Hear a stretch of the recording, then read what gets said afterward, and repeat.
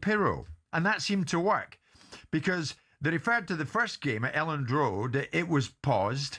And then they said, now, while we displayed a message on our big screen at Elland Road to explain why the game had been paused, it wasn't visible for approximately 25% of the stadium, including the South Stand. In our preceding fixture with Manchester City at the Etihad in November 2025, the game was controversially stopped in the second half for a tactical timeout. During an injury break, with the squads congregating on the touchline, fans may have thought that this was happening again.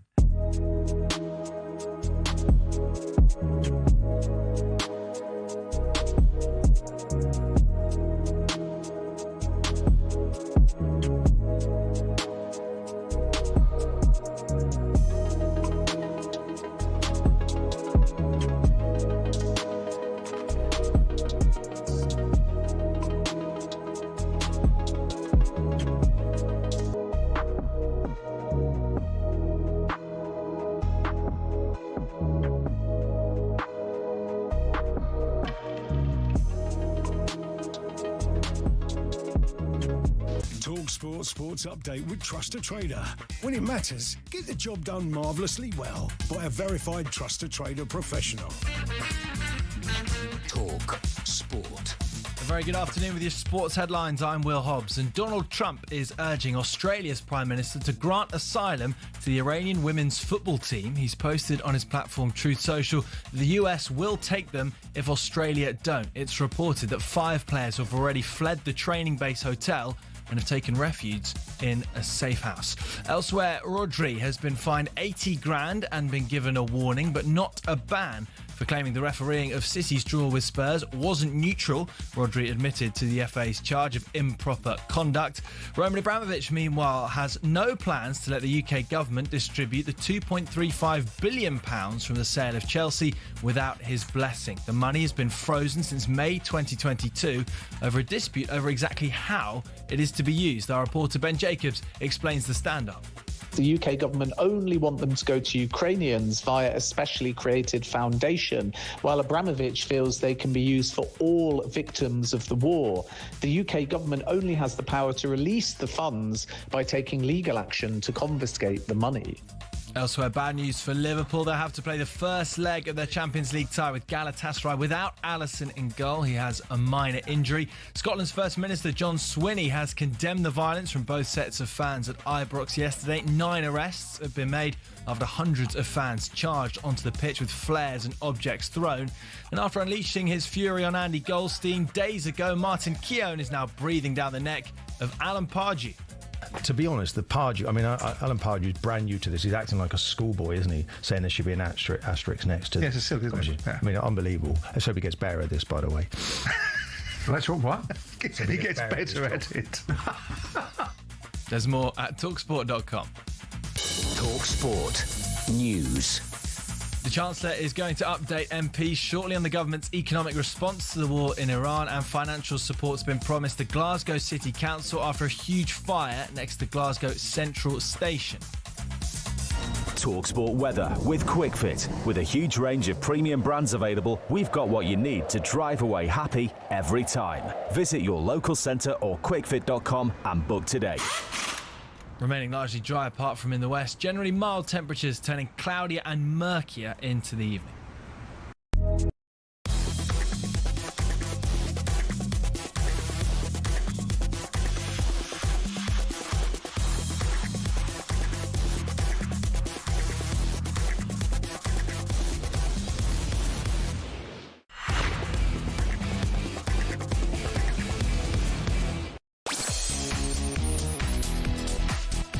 Hello, good afternoon. Welcome to Drive on talkSPORT. It's me, Andy Goldstein. Darren Bent is here for the riders. I was just telling them that. Interrupt me. How are you? Yeah, I'm good, man. You? Good to see you. Good weekend?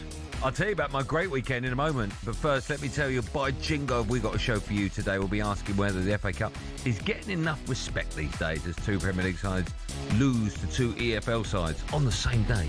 Off the back of that, we'll discuss Man City's impressive Saturday night against Newcastle. But would City fans actually care about winning just the FA Cup? And we'll begin the build-up to this evening's final FA Cup 5th round tights live on talkSPORT. Brentford head to West Ham. All that plus Benty's going to bring to this EFL corner. And we'll find out his top 5 talking points of the weekend. Can't wait for that. to drive. It's talkSPORT. It's the first one of the week. To make it a good one, you can get involved if you want. 03717 223344. Let me repeat that. 03717 223344. Give us a call. Give us a call. And of course, it's the boot room, and I have a peach of a chat for you today. It's about boots. Oh, I can't wait for that. Chat, can I see If it's a peach of a show, peach of a chat. All right, DB? Yeah, not bad, you? Yeah. Yeah. Did I have a good weekend? I had a magical weekend. Well, I had a magical day yesterday. What'd you do? Oh, you paid that $5 just No, I didn't. So, yesterday, I went to a golf course. It's called Beaverbrook, right? Where is that? Surrey. Oh, well, there you go. Right. Let's start off. A friend of mine invited me to play, right? Very expensive to join, very expensive. Like, out of my league, maybe even out of your league. Actually, you could probably afford it, right? But I had my own caddy. Shout out to Martin. Martin was my caddy. Did you tip him? Yes, I did tip him, actually. Very good, yeah. Yes. In fact, I gave him copious amounts of money, and then I went, is that all right? And he counted it, and I went, oh, maybe it's not all right. And then I gave him more because we won. And then afterwards, I said to my mate, how much you give? And he said, and I went, oh, I gave him more than that. But he was worth it. How much you give him? I'll write it down for you in a minute. All right, cool. Right? But he was brilliant. He was brilliant, right? The whole course at Beaver, I'm a very lucky boy to play there. It was unbelievable. Now, the reason I'm giving the shout out, because I want to go back. And if anyone at Beaverbrook wants to invite me... What about I give you 50% off? I can't afford that, my friend. We can. If anyone at Beaverbrook listening, they want to invite me, I'd love to play with my mates. I'm not quite... Greatest course in the world. I'm sure they will do. It is at Benty. I'll say who was there. Dean Henderson was there. Okay, nice. I had a chat with Dino. How was he, all right? He was good. Yeah, he was good. Yeah, he was. I didn't realise my eyes are so bad. He was in the group behind me. So afterwards, when I was having a cup of tea, I went, "Oh, are you played yet?" And he went, "Yeah, I was behind you." And I went, "Oh, fine, okay, I didn't." But yeah, he's a tall lad. I mean, he's a goalkeeper also. Nice. Beaverbrook, nice. Yeah, it's great. Shout out Beaverbrook. How was your weekend? Yeah, nice. So Saturday, I worked in Mansfield, Arsenal. Good game. Right, yeah. You see anyone? Yeah, I saw a few people. Who'd you see? A few people. I saw Zaf. You know, remember Zaf? Oh, yeah, the physio fella. Yeah, and who else? Tell them what you told me. Oh, Martin Keown. Yeah, we saw Martin Keown. What did Martin say? Yeah, he's gonna come on. But I said to him, don't tell me when you're coming, just turn up. Just turn up. Yeah, I don't want So Martin, but he has some kind words for you. Oh, that's nice. Having a giggle. I was having a giggle, Martin, yeah. Anyone else from Arsenal? Yeah, listen, I've got to thank him, Ebrichieze. So he thanking Ebrichieze? Yeah, he signed a shirt for my boy, said to Milan. How'd that come about? So I just asked the question. What, to him? Zaf, if it would be okay. Oh, I see. What's his connection with Arsenal? Zaf, their doctor. Oh, he went for Palace, did he? I didn't know that. Yeah, and he just... he kept that quiet. He came over and chatted to him for a little bit. Had a nice chat with Mikel Arteta as well. Oh, yeah? What did he say? No, just talking... Is he aware of Win the Dog? No, but there are a lot of people that work for Arsenal that are. Is he still alive, Win the Dog? Yeah, he is. We'll take him at talkSPORT. I think he's coming into the studio. I'd love to meet Win the Dog. Yeah, I think they're going to bring him in, really. So there's a bit of that. Then I went for a listen, I've got to give a shout out. I've got to give one. Fox and Vivian in Leamington. What's that? Roast like a restaurant, but roast dinners. Oh my On a goodness. Sunday, you had a Sunday lunch there? I promise you, Andy. Best roast I've ever had. Whereabouts? Leamington Spa. Well, we could go to Beaverbrook, golf, and then we could go for a Sunday roast. Why? You're in Surrey. Leamington's in. I'm just trying to get both. Oh, yeah, okay, yeah. I promise you. The best roast. Let me ask you this question about your roast, right? I have a problem with roast. Sometimes you get so much food and the plate's not big enough. Yeah. And everything's on top. Yeah. Do you like it like that? I do. There's nowhere really to cut anything. No, but this is where these are, again, Fox and Vivian, incredible. You don't need to keep saying the name. Right. Beaverbrook. Yeah, so you got the potatoes and the meat comes on the plate. Then they bring say 4 side dishes. So that's how it should be. Right? That's how it should be. Cauliflower cheese. Yeah, that's how it should be. Like the carrots and... What are the big things called? Yorkshire puddings. Yeah. That's underneath the meat, I promise you. Yeah, that's how it should be. It is the best I've ever had. Oh, that's a statement. Yeah, best I've ever had. Unbelievable. Oh, that's nice. But Leamington's lovely. Have you ever been there? Leamington's Spa. Beautiful. Yeah, it's a nice part of the world. But yeah, Fox and Not as nice as Beaverbrook's. Bro, and that's a jewellery shop. It is, isn't it? Beaverbrook. I'm telling you, that's a jewellery shop as well. Yeah, no, forget. I don't need any necklaces or anything. Just need another round of gold. Trust me, don't have the volcanic wings in Fox and Viv. I've never had them. But, okay. I'm telling you now, I won't over exaggerate. Is that nice? I had beef. All right. Finished? Yeah, but Arsenal won, which was brilliant. Oh yeah, just about though. By the way, are we allowed pets in the studio? Because I'm not lying to you. The geezer said he'd bring in Win the dog. I'd be honoured to meet Keown. Not yet. Honestly, he said he'd bring in. Well, we've got our own dog here. Love that. I'd love to. Take a chunk out your calf. I think he. No, he wouldn't. Cause I hope so. He's a Labrador, right? I think he's a black Labrador. Beautiful little dog. Right, listen, don't be calling him beautiful and all that now. After you've been taking the mickey out of him for the last 6 weeks. I'm taking the mickey out of the owners Not the dog. Never take the mickey out of the dog. Keown, get off that couch.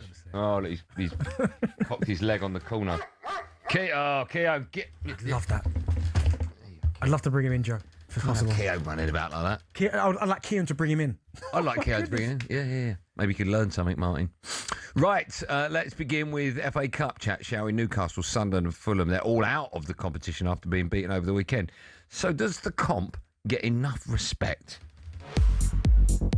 Here's Mamouche, first time shot, brilliant goal.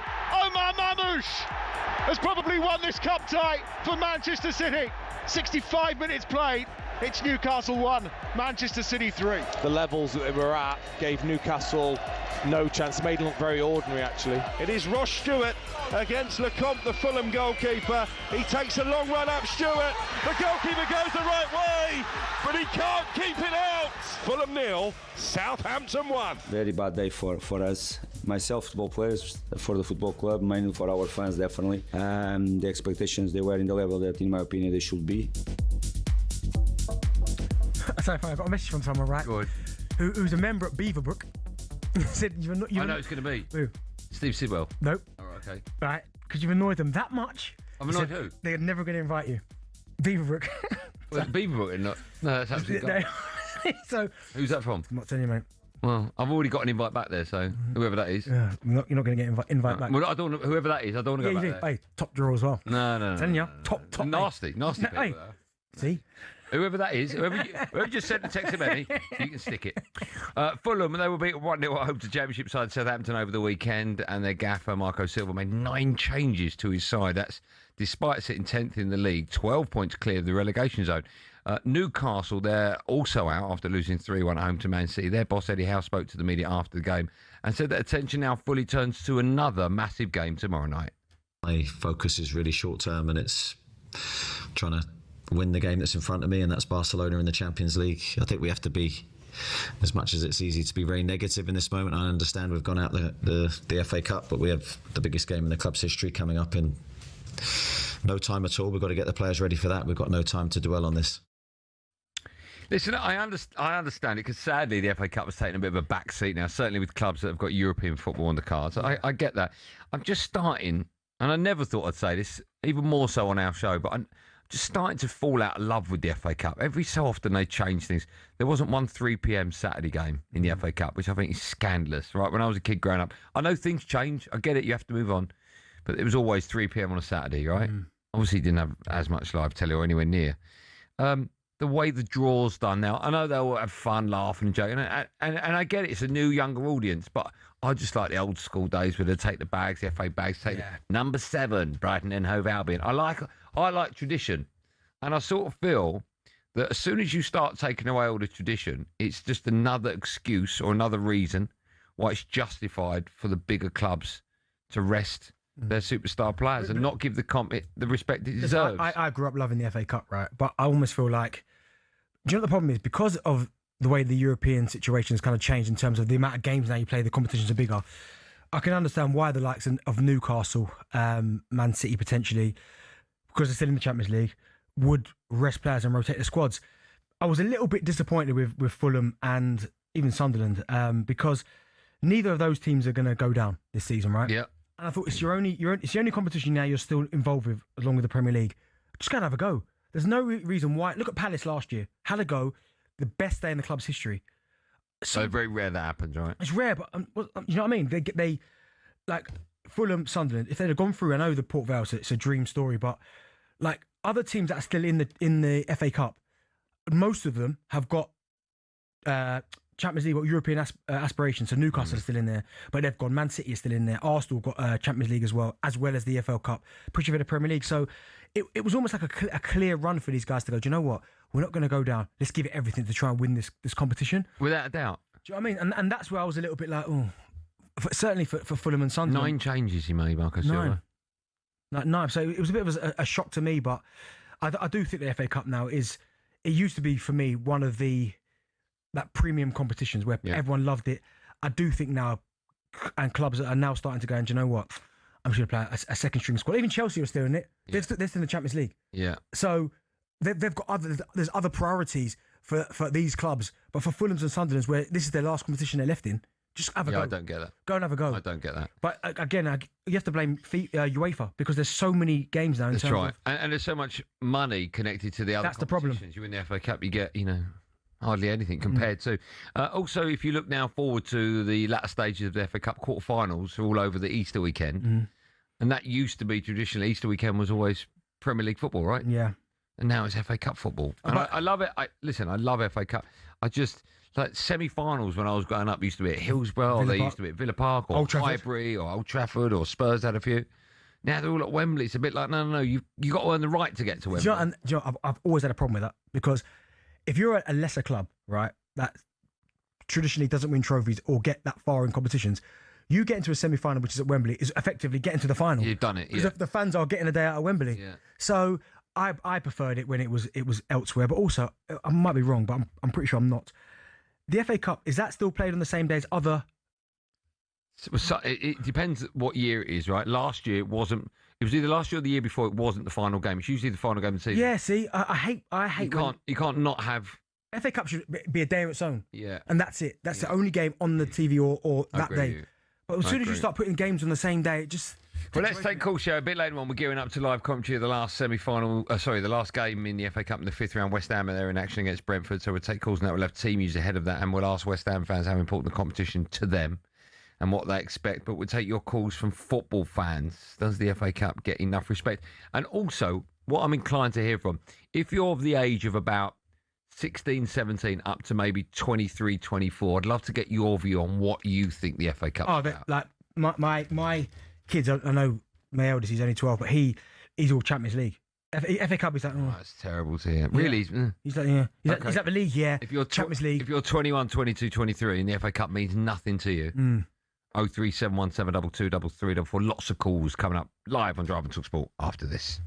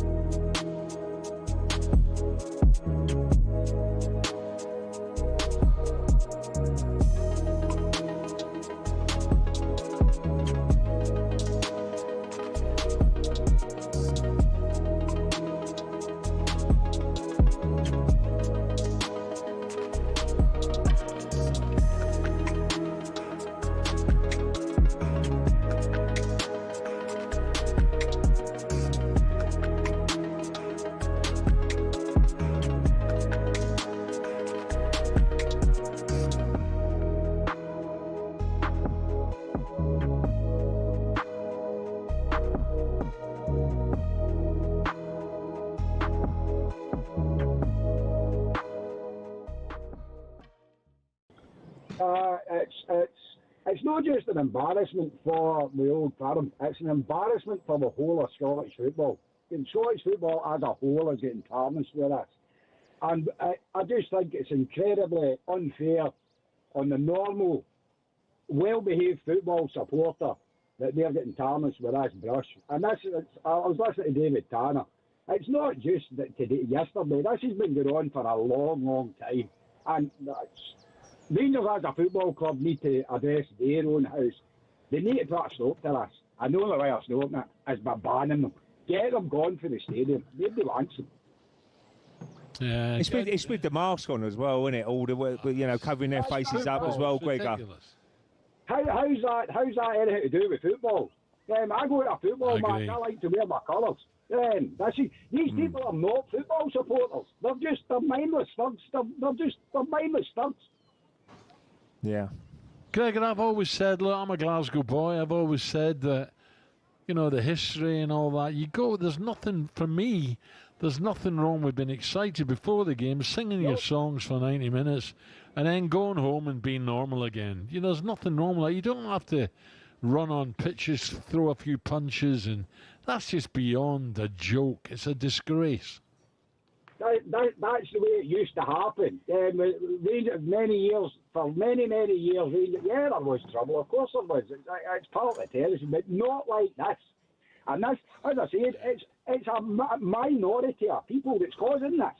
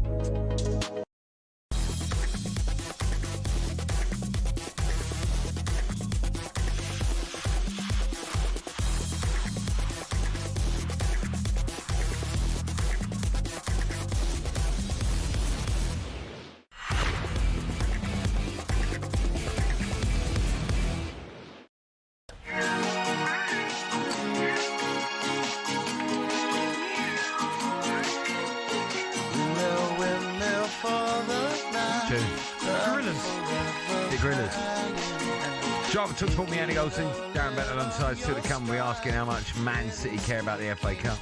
Just quickly, Callum Wilson's reportedly agreed a new one-year deal to stay at West Ham. In darts, my man Luke Littler claimed a second straight UK Open title by beating James Wade 11-7 in the final. It was close. The machine coming back there. But now we're taking your calls on all things FA Cup. Does it get enough respect? I also asked the younger generation to call up, because I grew up with the FA Cup as a big deal.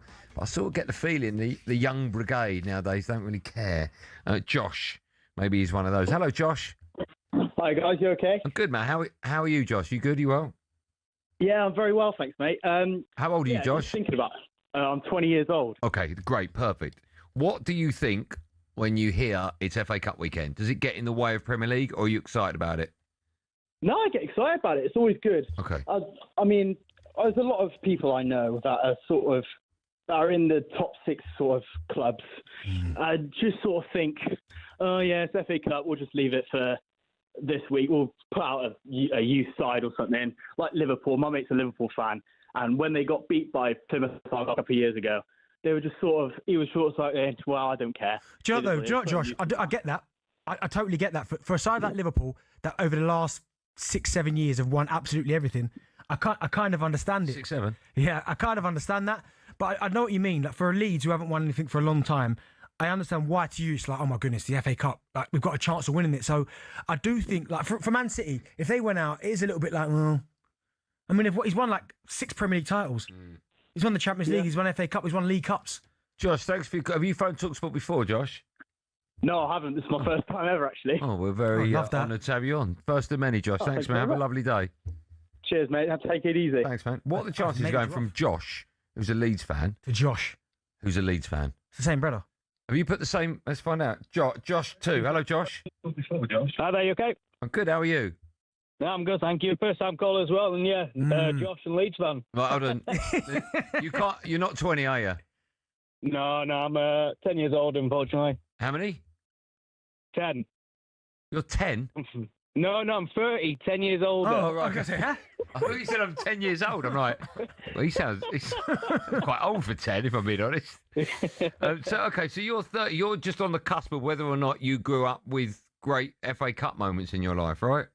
So that's what I want to call about. So obviously, FA Cup, it means a lot to me. So I can remember when I was a little boy, 10, in fact, my parents gave me a book about FA Cup, and I just read that, and it just made so much. And I think the younger generation today, like Benty said, it's all about Champions League, but for me, it's the FA Cup, and that's why when I see teams playing weaker teams, I'm like, oh, just field a strong team and then, push for it. That's why I'm really excited about Leeds. Obviously, that's why I thought I'd call, because I never know when I'll get this chance again. Obviously, we're in the finals now, but yeah.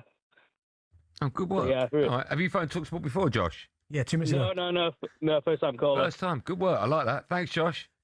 All right, cheers. Right, let me ask you this. Hold on. What are the chances going from one Josh? Nah, shut up. Wait, to Josh 2, and then the third caller being Josh. What are the chances? No percent. Tell me what they are. 1%. All right, let's say hello. To Carl. Good afternoon. To Josh. Jack. Hello, Jack. How are you? Oh, hello. Hello, Jack. You all right? Yeah, not bad, thanks, mate. How you doing? All right, lads? Good. How you, mate? You all right? Can you just pretend your name's Jock? No. Josh, is that all right? Jock. Oh, yeah, Jock. How are you, Jack? Go on, off you go, pal. How old are you? Yeah, I'm 26. Okay. So just off the cusp of your limits. That's fine. But mate, honestly, the FA Cup is so special, and I get what you were saying about the the Fulhams and the Sunderlands. They had a great opportunity, but I'm a Reading fan, right? And seeing Port Vale do what they did, that's what it's all about for me personally. Like, I remember back in the semi-final, we had Arsenal 12, 13 years ago. I went with my whole family. It was a massive day out, and Benty was right, because it kind of is our final, but at the same time, we took them to extra time that day, and you talk about Champions League and the bigger competitions, and I get it, but the real magic surely is for those smaller clubs to be able to feel like they've got a shot here, and I'm pretty sure if you get FA Cup, don't you get Europe? Yeah. Is that right? Yeah. For that opportunity, mate, genuinely, I think the FA Cup, unlucky Fulham, unlucky, Sunderland, but go on Vale for me. If they get to Wembley, that would be just brilliant. Yeah. Brilliant football. Yeah, great call. Have you called before? Actually, mate, it's my first time caller. A hat-trick of first-time callers. Brilliant work. Thanks, Jack. The first of many. Thanks for your time, man. Cheers, mate. Thank you. Mate. If someone like Port Vale get to the final and they're playing a team like Arsenal, and Arsenal are in European football, Port Vale get European football irrelevant of win or lose, right? I think potentially. Is that right, Jack? Is that right? If Port Vale get to the final, I think that's so. right. And they're currently bottom of League One. I know, that's insane, isn't it? Do you know what's mad? I was wondering this, right? As this conversation was kind of evolving, I was having to think. Yeah. How do clubs, say bottom, unless your father supported that particular club, and it's in your family, I understand why then you would support the club. But how do clubs, predominantly at the bottom of the Premier League, grow their fan base? Because the youngsters today, all they see is Champions League. Yes, that's right. So how do they grow their... I would imagine a lot of it is local support. It must be. You grow up in the area, you're going to go and support the Vale, right? Do you know what I mean? Because it must be it's very difficult. Yeah. Because back in the day, you could only go and support your team because you didn't have 24/7 football. No. You didn't have social media. You didn't have all the goals. You didn't have live matches. So effectively, you can sit at home wherever that home is, and you can support Barcelona. Yeah. Because you can see all the home games if you've got La Liga Plus like you have on that stick. Yeah. No, not on those stick, just La Liga Plus. Oh, right. Fine. It's an app. So you can. But yeah, I'd imagine so. That's why they're all in trouble, right? That's why they're all in trouble. Still to come, we'll be asking how much Man City care about the competition. But first, it's time for no Googling. We want to know which player has made the most appearances in the FA Cup during the Premier League era. So from 1992 onwards, who's played the most amount of FA Cup games? It's a great question. I'll give you clues. 73 games. That's not really a clue, is it? That's just more information. The answer to that and loads more coming up on Monday's Drive Time show on talkSPORT. Me, Andy Goldstein, and the sneaker freak, Darren Bent.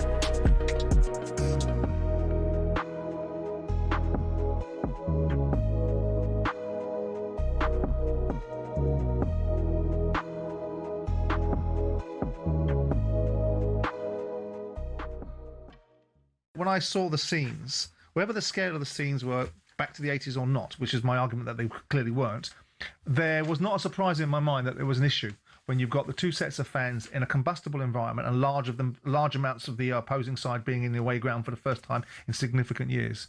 I look at the rules and say, it's interesting about rules being quoted as the SFA enforcing a 20% rule around the stadium capacity, yet the rules in the SPFL require you to provide a certain amount of away fans for the SPFL games, and Rangers and Celtic seem to have ignored that for years. So I don't really understand why they couldn't have ignored it for this game and turned around and said, in the interests of what we think is common sense, right now we don't think it's appropriate to stick 7,500 fans in a football stadium from the opposition right now because we think it's going to lead to problems.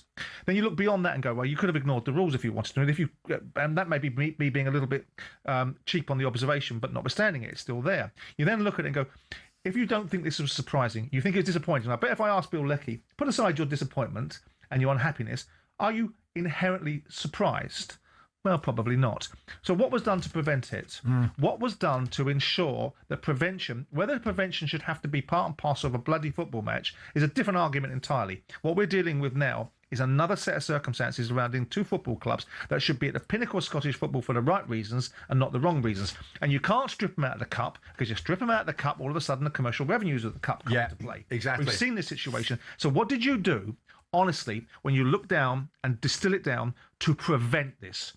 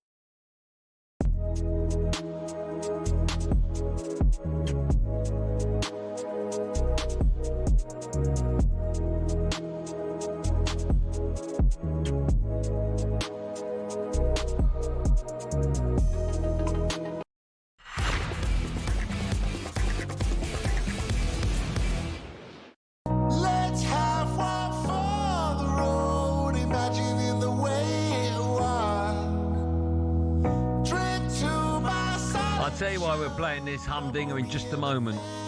But first, the answer to the question: which players made the most appearances in the FA Cup during the Premier League era? 73. Lampard. Yes, it is Frank Lampard. He's top of a lot of those kind of stats, though. Yeah. Do you cheat? No. Oh, fine. Okay. Still to come, we'll find out what Benty's serving up with his tea time takeaway. But now, let's talk about Sheffield FC. Not Sheffield Wednesday. No. Sheffield FC, because the oldest football club in the world has a famous new chairman. We're delighted to be joined by the main man now, front man of Reverend and the Makers. John McClure joins us, and this is their new track, 27 minutes past midnight. Hello, Chairman, how are you? Hey, lads, how are you? We're good, we're very well. Oh, look at you with the suit and the...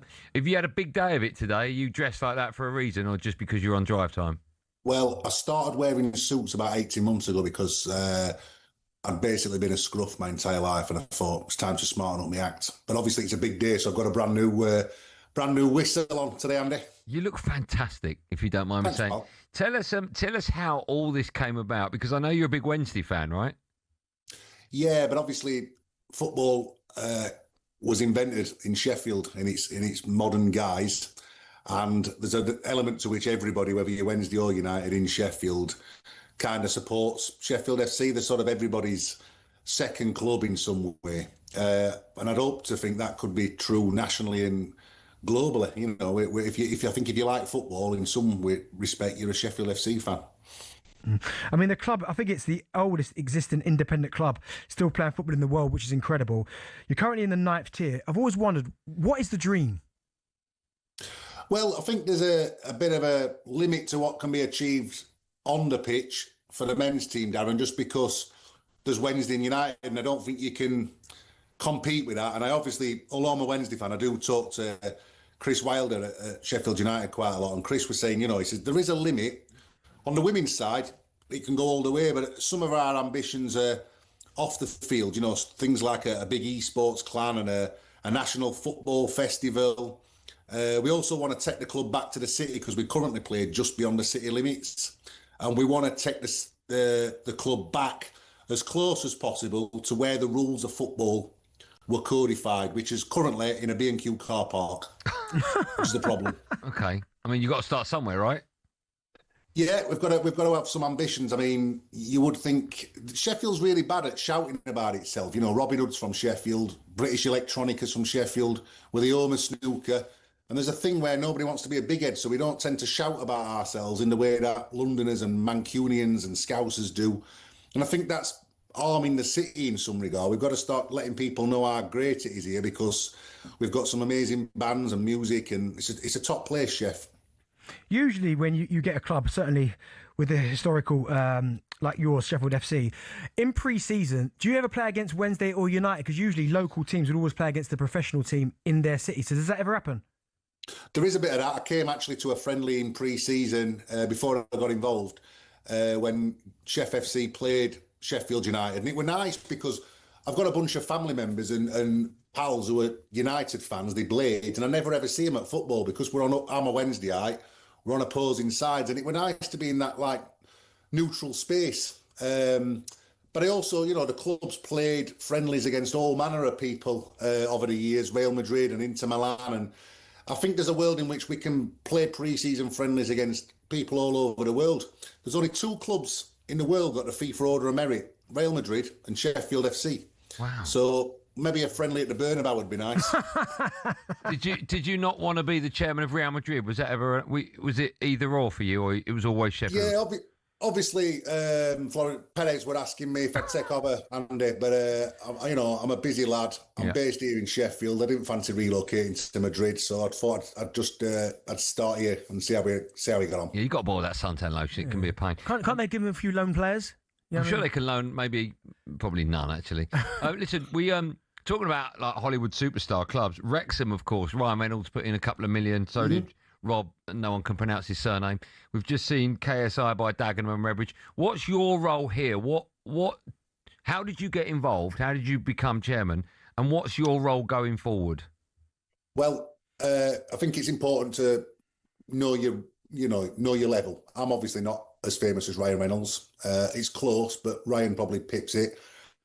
But there's a bunch of us who bought a chunk of the club. We have a company called IAV. So there's me, my manager Dave, and a couple of fellas who are businessmen here in the city, Alexis and Andrew. And we've bought a chunk of the club, but we're very hands-on. I mean, I'm currently sat in the boardroom, which is a porter cabin. And last night, spent a load of time hoovering, taking a table to bits. So we're quite hands-on. We're in the 9th tier on the men's side of things. So it's quite rootsy. But as you know, there's lots of things we can do. I obviously manage and star in my brother's Steve Bracknell comedy. And on Easter Sunday, he's playing a match up here with that, which has sold out 2,500 people against local. They've never actually played a real life match because it's a comedy. Everyone thinks it's real, but it's not. Yeah. And he's playing here, and he's got all these mad people turning up, and Angry Ginge, and all these mad people. So I guess it's just about finding new ways to put money into the club.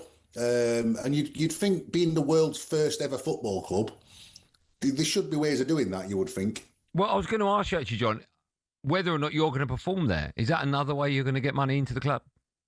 Maybe, yeah. I think definitely like an annual football festival. Yeah. Where, you've got that music, football, and then maybe esports all in one ecosystem.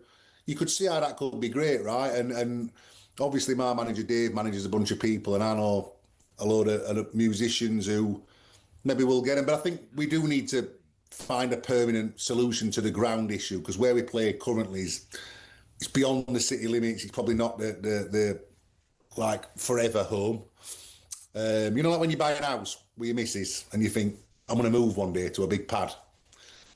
We need to do that one day. What are the attendances down there? The men's team currently averaging about 350, and the women's team get about 50. So a lot of work to do, Darren, but I think that's part of it. And one of the things we've managed to do with Steve Bracknell, Reverend and the Makers, I've got a business called Day Fever as well, which is a daytime disco thing. One of the things we've managed to do with all of them things is grow a community of people. So the job for the men's team and for the women's team is to increase them numbers. The world's second oldest club is also in Sheffield. It's called Hallam FC. And there's a fella called Rich Pillinger who's the chairman there, and he's managed to grow that really well. They're getting 800, 1,000 sometimes. So that's the ambition. Okay, let's just talk a little bit about you, John. I bumped into you a couple of weeks back. You were supporting, or you're touring Robbie. So I know you've been doing that. We just played your new single. You've got a new album coming out in May. Just tell us a bit about what we can expect from the new album and where your tour's going to be taking you and where people can see you. New album's great. There's a bunch of singles that have already done quite well. We got #1 vinyl with the Christmas single that we released, and we had a single out with a duet with Vicky McClure, which has been great. And then I've got a song with Robbie, actually, which is the next single. Oh, wow. Album's going to be out in May. And we've already sold a bunch of copies and making a push for #1. And then obviously got all the festivals in the summer. It's going well, actually. We've had a bit of a renaissance last 5-6 years. So I'm a lucky boy. Lots of exciting things going on. Well, listen, we appreciate you coming on our show. It sounds like you're a very busy boy, and it looks like, I mean, I'm a little bit colourblind, but it does look like you've got the famous Liverpool FA Cup final suits on at the moment. Yeah, I'm in me sort of Spice Boys era, shades of 80s Elton John. I'm doing it like. It looks good, man. Well, you look well. Thanks so much for coming on, and good luck going forward with Sheffield FC. Cheers, fellas. Appreciate your time. We'll see you so much, man. Take care. Ta-ra. How exciting is that for anyone to be involved with their local club? That's great. So, KSI just got involved with Dagenham Road. I've seen that, yeah. That's my local club. Yeah.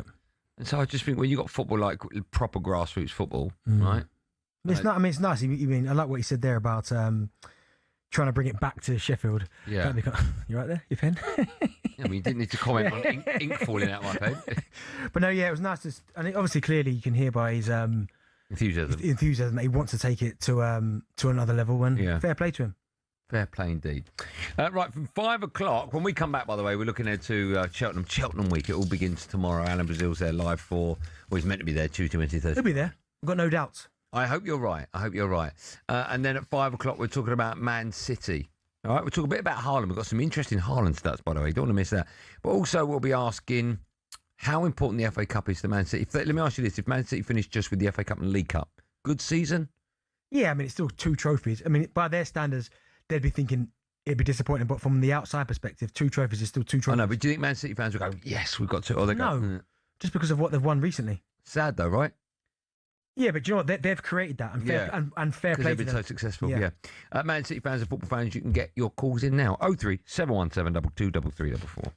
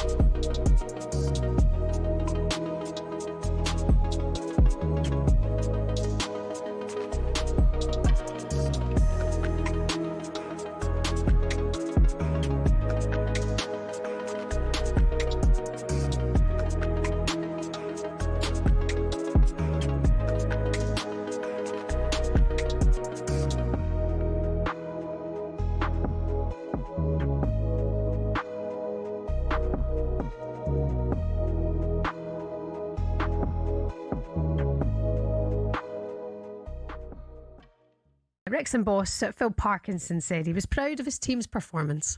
Yeah, listen, we've got to be immensely pleased with the performance tonight. In so many aspects of the display were good.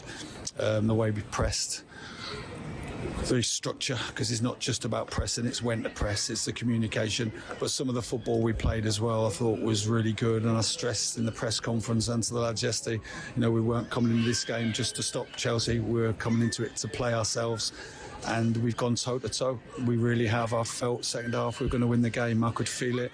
I really was very confident on the touchline. And moments have gone against us tonight. And it's our first taste of VAR here at the racecourse. And, it takes a bit of getting used to, because those decisions will be, certainly the send-off, I think, will be a big talking point. Yeah, I think Phil's called it perfectly there. He's talked about the decisions and what had happened during the game, big moments. And, look, they got 1-0 up, pegged back 1-1. Go 2-1 up, get pegged back 2-2. And I've got to say, the second goal, which is so often the lad Doyle who scored, it was a deflection from a shot. And them goals are quite clever goals, because if you just divert the ball as it's coming to you, that it beats any goalkeeper, because the goalkeeper's going one way. And if you get slight deflection on it, it gets diverted into the bottom corner. And I thought they just absolutely matched Chelsea in every way, shape and form. And to be fair, they must, be proud of what they've done this year in the Championship and in the Cup.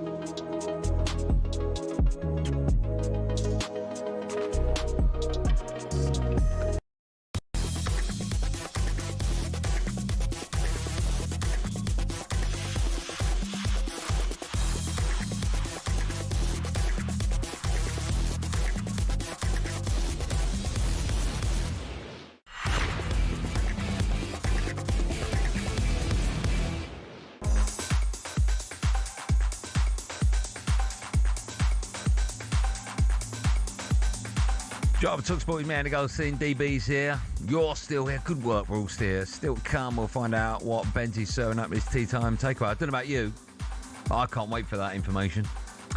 Just quickly, Edu is set to leave his role as head of global football at Forest just 8 months after he was appointed. Liverpool midfielder Ryan Gravenberch has signed a new 6-year deal at the club. Woo! That's nice. And enjoy complete coverage of Cheltenham, the festival, on Racing TV. The only channel showing every single race live. Racing TV are live on air from 9:45 a.m. every day of the festival with over 32 hours of unmissable coverage. Join Race TV for half price for an entire year. Head to racingtv.com/half price now. To celebrate, Racing TV is giving away a pair of tickets to the Grand National Aintree. How about that?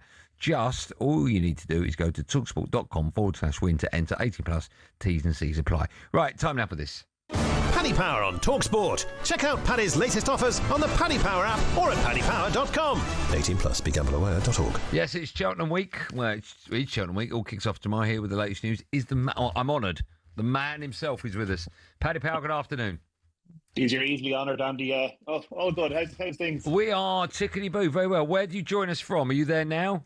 No, I'm in Dublin still. So I'm only heading over a Wednesday morning because there's a very important under-15s rugby semi-final tomorrow that I have to go watch my uncle play in. So I'm not going to miss that for the world. So I'll get to Cheltenham Wednesday morning and be there from then on. Okay, well, listen, thanks for coming on. I understand that Paddy Power have got 2 great offers for Cheltenham week.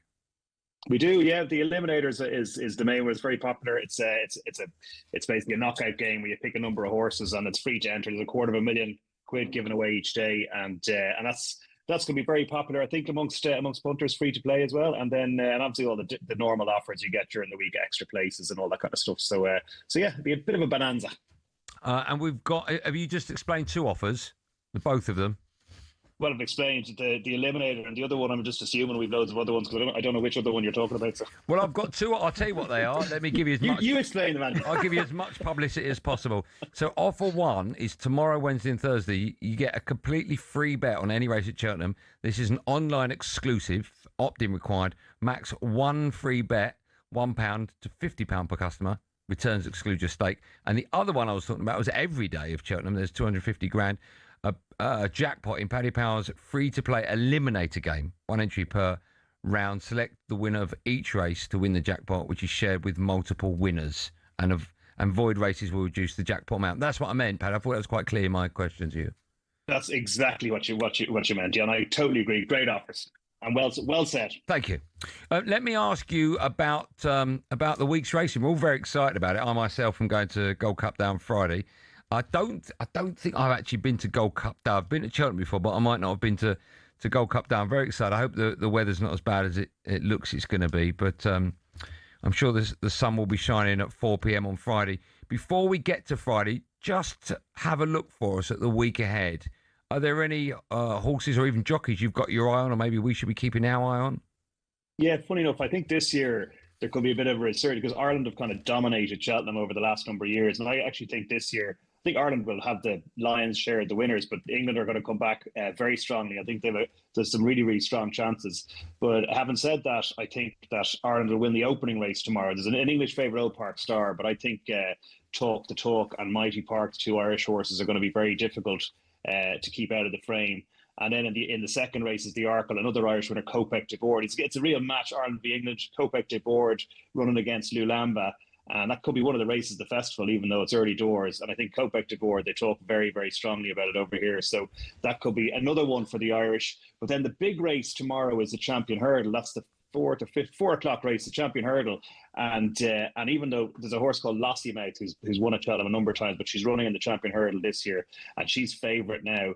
But there's a horse called the New Lion, trained by Dan Skelton. That's an English-trained horse, and that's the one I think is going to be the one to beat. I don't fancy Lossiemouth at all. I think the New Lion at about 11-4 or 3-1 has a smashing chance in the Champion Hurdle. So that's exciting. Then moving on to Wednesday, the main race is the Queen Mother Champion Chase, which is always one of the best races because it's 2 miles over fences, which 2 miles sounds like a lot, but it's effectively a sprint for these horses. So one mistake and you're kind of out of the race. And there's a horse called Majborough, owned by JP McManus and trained by Willie Mullins, who'd be quite a short price favourite, but was very impressive at Leopardstown last time, but ran stink in this race last year, and actually, or in the Arkle last year, but actually, and this race, the Queen Mother Champion Chase on Wednesday, is an absolute graveyard for hot favourites. So it'd be just interesting to see how that one goes. And finally, who do you fancy for the Gold Cup? For the Gold Cup, well, Gaelic Warrior is probably going to be just about favourite now because what you want is Galopin Des Champs, who's won it a couple of times before as a non-winner. Personally, I think Django By for Nicky Henderson. He won the Arkle last year. This is a bit of a step up in trip, but he ran very well in the King George over 3 miles at Christmas. And of course, Harry Redknapp's horse as well. It's going to have a massive chance. But I think Django By could be the one for the Gold Cup this year. Paddy, always a pleasure. I understand you're with us for the whole week, right? Looking forward to it. I will be indeed. Okay. Do you want me to read offer 1 and offer 2 out tomorrow and Wednesday, or do you want to cover that? That'd be fantastic if you could cover it for me. Make a note of that, no problem. Listen, always a pleasure. Will you be there on Friday? Mate. Will I be bumping into you? I buy you a pint on Friday. What about that, Andy? Oh, you'll actually buy one, or you'll be getting me a free one? I'll get you a free one. Okay, I'll get you a free one as well. Pat, always a pleasure. Thanks so much for your time, man. I'll see you in a bit. Cheers. Thanks, pal. There you go. Terms and conditions apply for both offers. Find out more at paddypower.com. 18+. BeGambleAware.org. Paddy Power on talkSPORT. Check out Paddy's latest offers on the Paddy Power app or at paddypower.com. 18+. BeGambleAware.org. Right, there is a chance that Man City might not win the Champions League, might not win the Premier League, but could still win the FA Cup, and obviously they're in the final of the League Cup. Man City fans, if that's how you end your season, simple question, is that a good season? Is it a good season? I don't want you to find out and go, it's a good season. Is it a good season? For most clubs, that's an amazing season. All right? Yeah. For Arsenal, it's a great season. What now? No, the beginning of the season. Oh, if you said 2 cup, yeah, that's I'll take it. Of course I'll take it. Of course you would. Yeah. But I just feel for Man City fans, it's a bit like, it's beneath me now. Well, they've won everything. Yeah, well, that's it. So they've created a rod for their own back. Man City fans, if you won just those domestic cups, good or bad season? 03717 223344.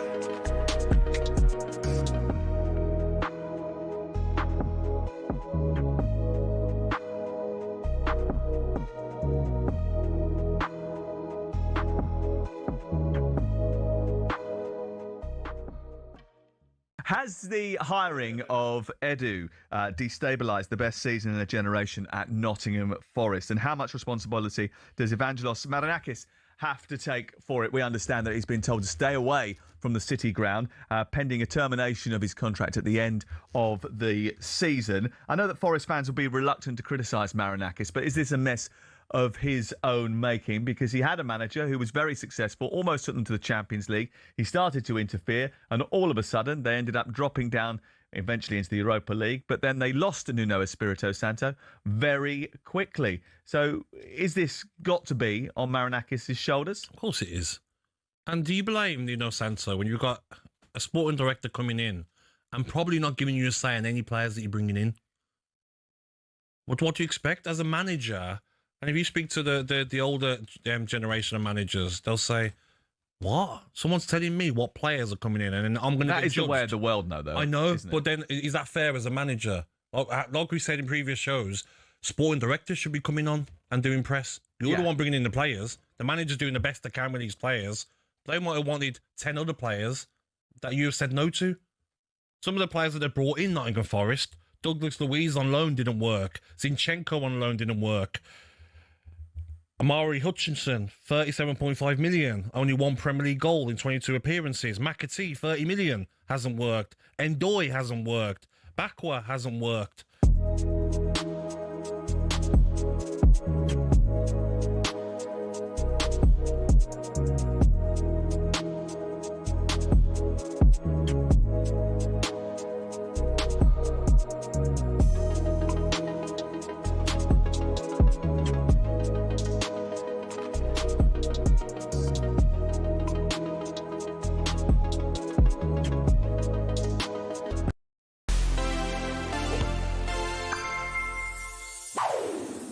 He's one of, if not the greatest of all time.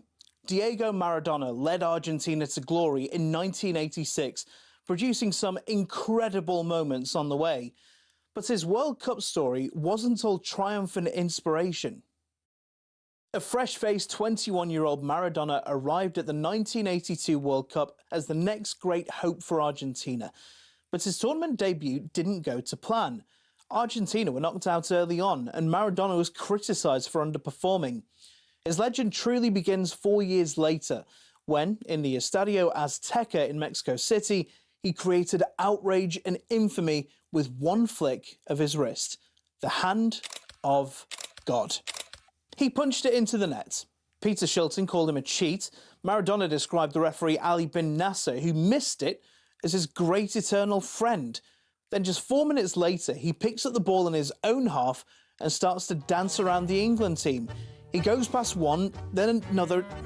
Can we have that music off, please?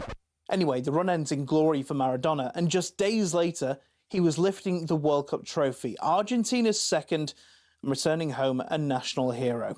Hopes were high for Italia 90 when he captained the side again, but it was bizarre.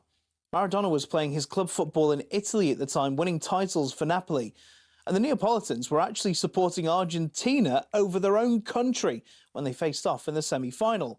Argentina won that game, but lost to West Germany in the final, and Maradona burst into tears.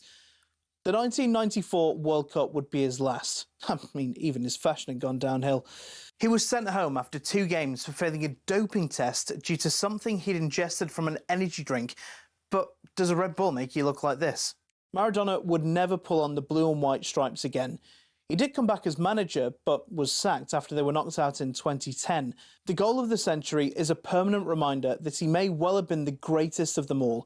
Before it, his ascent, and after it, his dramatic descent, only highlights the mountain peak that was Maradona's 86.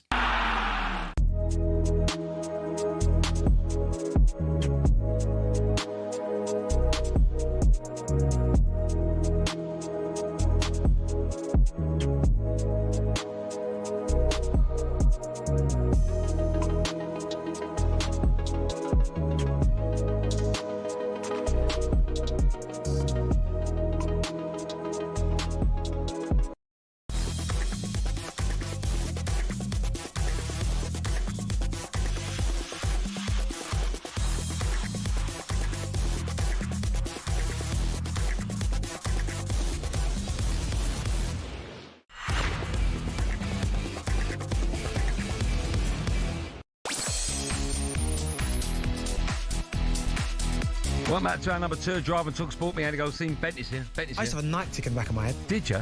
And then what happened? You changed it, did you? Still to come, we'll find out what Benty's serving up in his tea time takeaway. I, for one, can't wait for that, Darren. Can't wait for that, let me tell you now. But how important is the FA Cup and maybe the League Cup to Manchester City? Comes City on the charge again towards the edge of the box. Here's Marmoush, first time shot, brilliant goal. Omar Marmoush has probably won this cup tie for Manchester City. The levels that they were at gave Newcastle no chance. Made them look very ordinary, actually. They're inconsistent. They did really well at the weekend, and the guys that came in for their expected 11 did exceptionally well. They didn't do very well earlier in the season against Bayern Leverkusen. It's pretty well the same team. City have just got an 11 that are, whether it's the first 11 or the second 11, there's nothing to choose between them. Yeah, Man City 3-1 winners away to Newcastle over the weekend. Good win that, actually, as they booked their place in the FA Cup quarter-finals. They are also in the League Cup final. Champions League last 16, 7 points behind Arsenal in the Prem. And Guardiola spoke to talkSPORT after Saturday's game. He loved the way his side played. Top. It's the best game I performed here in Newcastle since I'm here. So the players were outstanding. Always we talk about the first 50-20 minutes here in this stadium stuff, but always we cannot control it. But after that, when Savinho especially started to make his movements in the byline and we dropped them, it was fantastic. So we played so good, and FA Cup away against Newcastle, come on. Do me a favor, it's so complicated. And we behave like a team like we are. Just quickly, before we talk about the importance of the competition and the game itself, actually, no Haaland for Man City over the weekend. How do you think they look without him? Yeah, I mean, listen, he's always going to carry that threat. He's always going to occupy two centre-halves because of just it's Haaland. Do you know what I mean? You can't give him a moment because he'll punish you. But I thought it looked quite good. I thought the way that they played, I like the fluidity of the team as well, because I think when Haaland's there, and this is no disrespect to Haaland, but you pretty much know where he's going to be because he's a centre forward. He plays with his back to goal. He's always going to be trying to play between the two centre halves. But when you've got players like Savinho, Doku, Reinders, Marmoush, they can kind of pop up anywhere. Yeah. So not one of them's ever going to just stay centre forward. Marmoush might pop to the left and Doku might go down there, or Reinders might run beyond Marmoush. So I quite liked it. I mean, Reinders, even though he didn't score, I mean, he had opportunities. He runs in behind.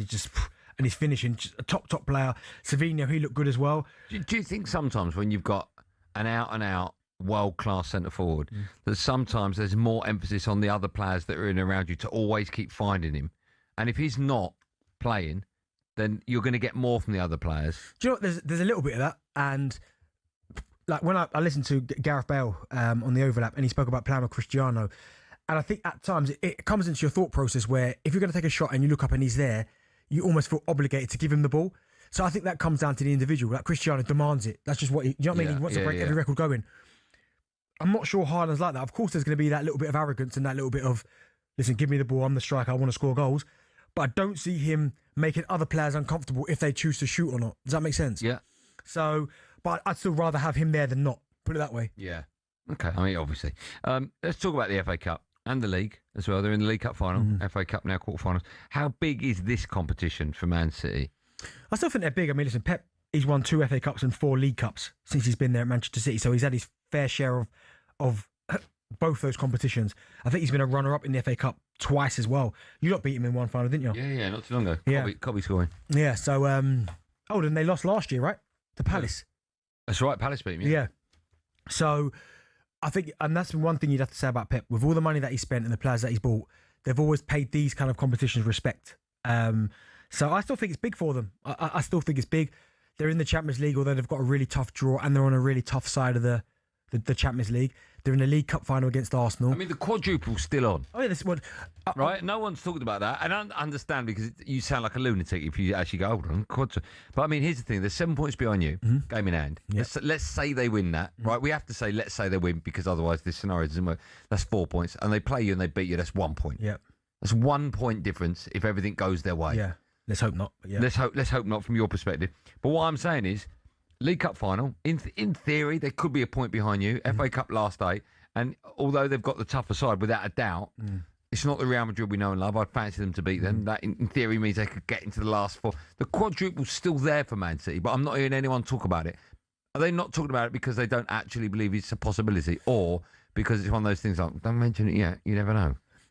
There might be a little bit element to that, right? But also, it might also be that, I mean, you're looking at their side. You've got Paris Saint-Germain, Chelsea, Man City, Real Madrid. Go through them again. Go through them again. You've got Paris Saint-Germain versus Chelsea. Okay, PSG aren't the PSG from last season. Yep. And Chelsea... You never know. It's still a tough game. But what I'm saying is, Man City could beat them. Yeah, you've got Galatasaray, Liverpool. Okay, well, Man City could beat both of those. They've got Real Madrid.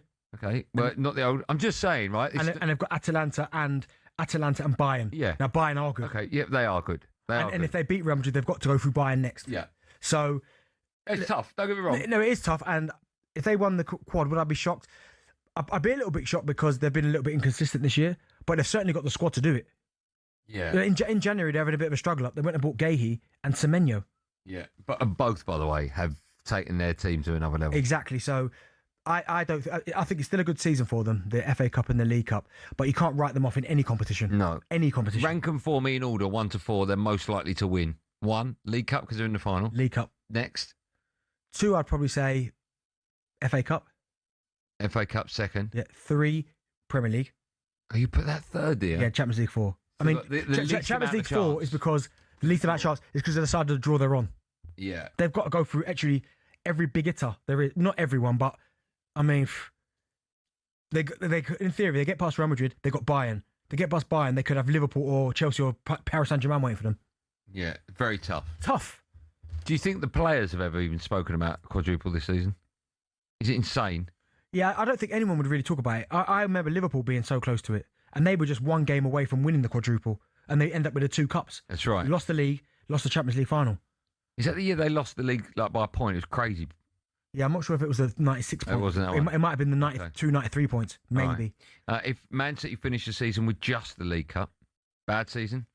I mean, you win a trophy. I know, but I'm talking about Man City, I'm not talking about Hull. But if they finish second and they win a trophy, I wouldn't say it's a bad season. Maybe I would. No, I wouldn't say a bad season. I would. I'd say an underwhelming season. No, I'd say bad. If Man City end up second with the League Cup, bad for them. And that's the biggest compliment I can give Man City. I'd say underwhelming rather than bad. Okay. Especially with the money they spent on players, bringing players in. How would the fans feel? I always kind of feel Man City fans are almost just a little bit... They don't get too high, they don't get too low. They're almost just, okay, we'll go again next year. Like, there'd be some fan bases uproar. Yeah. Whereas I look at Man City fans and they're almost a little bit... When I say level-headed, they're just a little bit like, okay, we're winning all the time. Yeah, not a problem. We've lost this one. Okay, we'll go again next year. If Arsenal win the FA Cup and League Cup and nothing else, is that a bad season? From where we are now? Yeah. Yes. I mean, just think about that. And the reason why I say that... That's insane. Because we've got a 7-point gap now. Yeah. And well, that can be one.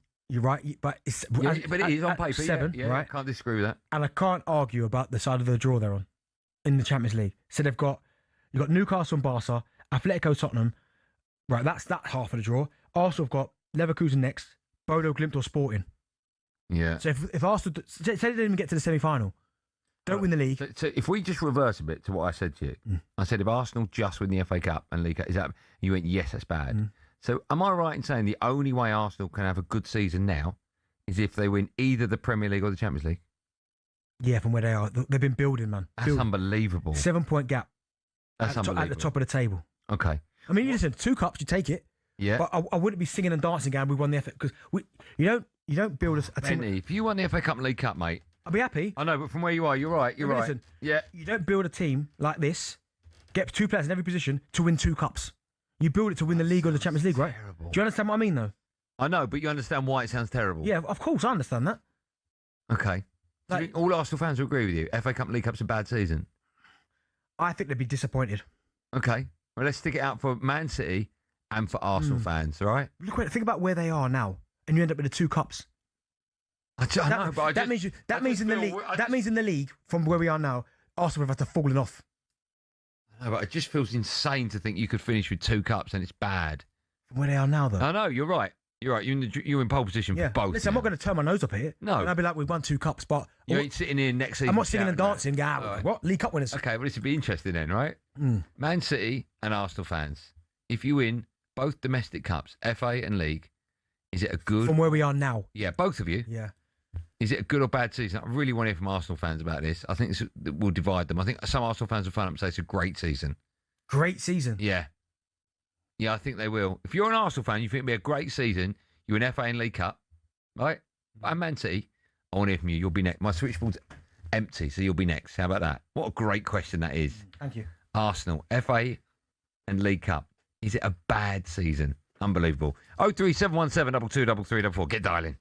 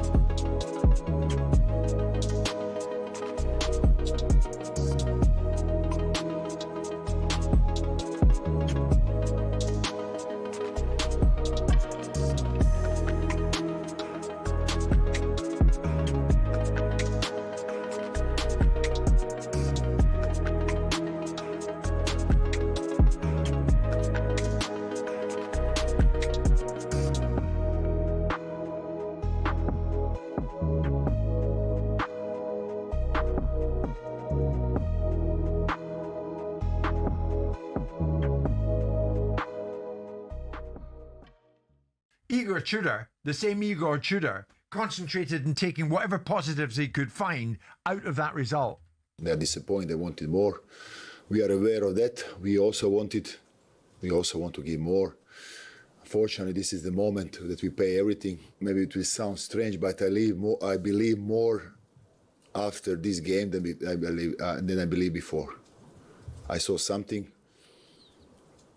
I need to choose the right guys, because the boat, I said, now is going in direction that I want to go, that need to go, and who is in the boat can stay.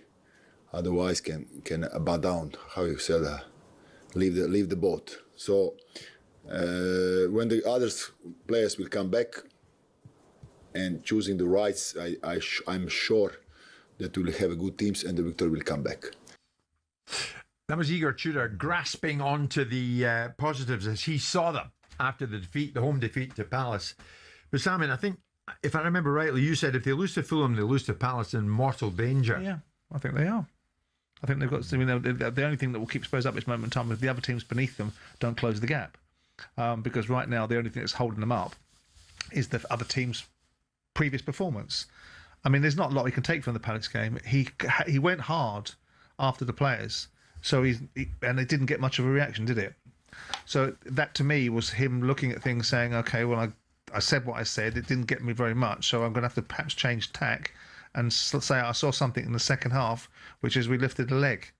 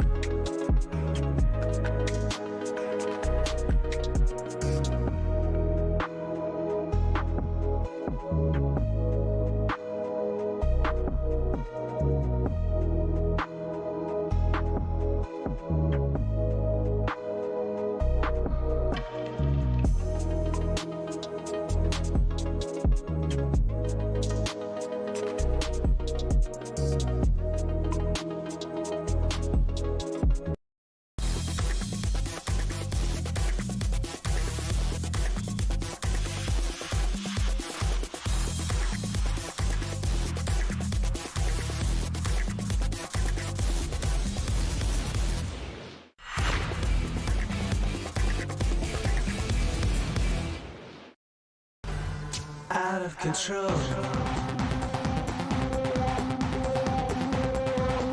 I don't know what Jack's playing at. What's this? Jack's out of control. Oh, Chemical Brothers. I know their music. Java talkSPORT, me, Andy Goldstein Darren Bent alongside. Just quickly. Oh, Spurs have held talks with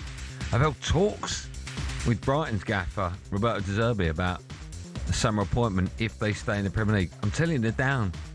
I'm sorry, Tottenham fans. I called that weeks ago. I don't think Chelsea are going to relegate you. No, I don't think they're down. I'm telling you now, they will nick a result from somewhere. Next 2 league games, right? Yeah. They go Atletico tomorrow, lose. Liverpool the weekend, lose. Atletico, lose. The next game after 3 on the trot, so that'll be 6 defeats for new manager. Home to Forest. Yeah, but I mean, that's gigantic. I know, but you're like just giving they've been bad, right? But they've got players in the team that are better than what they're producing at the minute. 100% right. But they've got the wrong manager. Yeah, but listen, the players got to look themselves in the mirror. No. You know my view. Yeah, I'll tell you what to do, Joe. Can we do a show? Can you write this in your little diary? Manager or player? Just call it that. Manager or player. And we'll take calls on whether or not fans think when their team performs badly, it's the manager's fault or the player's fault. Because your view differs to mine. No, because I know it's fact. It's player. It's difficult because you've played and I haven't. Like, listen, the manager deserves a lot of blame, right? Regardless. Look at Michael Carrick and Ruben Amorim, right? Yeah. But if a player goes into the pitch and he can't pass the ball 5 yards, that's not the manager's fault. I know. But ultimately, it will be the manager that whatever he does gets the team up for it. So with Spurs at the moment, everyone's going, get Harry in, arm around the shoulder, right? Now, I agree with the argument the players should. Yeah. But they don't. And that's why they need a manager to come in and G him up. That's his job. Would have had Ange. Yeah, I'll tell you what you're saying. They've had Ange. I know, but this is what Thomas Frank. I've got a great example. What you're saying, I've got a great analogy. Yeah. It's like having an unbelievable racehorse. Yeah. Right? He can still run, but unless you put a great jockey on him, he ain't going to win the race. Yeah, but the jockey's in charge of the horse. Manager, players. No, it's rubbish analogy. Because the jockey. It's an unbelievable analogy. Because the jockey is riding the horse. The manager's not on the pitch playing. No, I know, but what I'm saying is, you're saying the horse should be able to run, and the horse, he can run, but not fast enough and not at the right time without a good jockey on him. So you could put an average jockey on the same horse, he might not win the race. You get a great like McCoy, you stick him on, he'll win the race. Yeah, I get that. So a great manager will get better out of that horse. Well, no, because effectively the jockeys are playing. That's probably the greatest analogy ever. Rubbish. No, it's unbelievable. It's not because the jockey is like a player. No, it's not. The horse is the players. No, it's not. The jockey's on top of the horse making him ride. That's the manager. Yeah, but the manager can't do anything going on the pitch. The pitch, separate. It's completely separate. No, but the horse is the team. The manager could put on the greatest training sessions ever. If a player goes into the pitch, just for instance, wakes up on a Saturday morning, doesn't feel it and plays badly, that's not the manager. Why do you need a manager? Tactics. That's it. Well, you need tactics. Is that it? You need game plan, you need tactics, you need analysis of the opposition. Is it? Nothing to do with one-to-ones. You can have the best manager out there putting in great tactics, right? Everything. If a player wakes up, wrong preparation, doesn't play well, that's not the manager. Let me ask you this. Question, right? If Man City sacked Pep, but didn't sack him, right? Just for a little experiment, right? Sacked him, but didn't sack him, and they brought in, I don't want to name any managers, a manager that you'd never really heard of. Yep. Let's say Igor Tudor, right? And Pep every day would phone him up and go, "This is what we need to do. Do this in training. Pick these players. This is your formation. And when the game's on, I'll tell you substitutions." Yeah. Right? So everything that Pep would have done with the team, Tudor's going to do with them. I bet you Tudor's team won't perform anywhere near as good as Pep's. Because Pep's one-to-one with him, when he's talking to them, when it's Pep, he's going to get more out of those players than anyone else. No, but I get that. But again, he might... Look at, Man City, Pep, greatest manager on the planet, right? Would probably say. Yeah. At times, they can't pass the ball 5 yards. So that's not Pep, that's the players. Yeah, that moment, let's do it another day, because otherwise we did it now. All right? Yeah. But my horse analogy was amazing. Phil's a Man City fan. There you go. Hello, Phil. Good afternoon, Ben. Andy, how are you doing? I'm good. How are you, my friend? Sorry. Yeah, I'm very well, thank you. Sorry, sorry. Someone's got a really good point here. Sorry, the Phil. jockey is the captain. No, that's absolute garbage. Go on. Hello, Phil. You all right? Sorry, Phil. Yeah, I'm living the dream. How are you? Good. Thank you for phoning. I'm glad you have, because when we had this conversation before, we didn't know which way Man City fans would go with this, because you've been absolutely spoilt with success over the last however many years. And so I don't know what the answer is, because last year you didn't win anything. So if this year you finished with just the FA Cup and the League Cup, is that a good season? Will you be happy about that?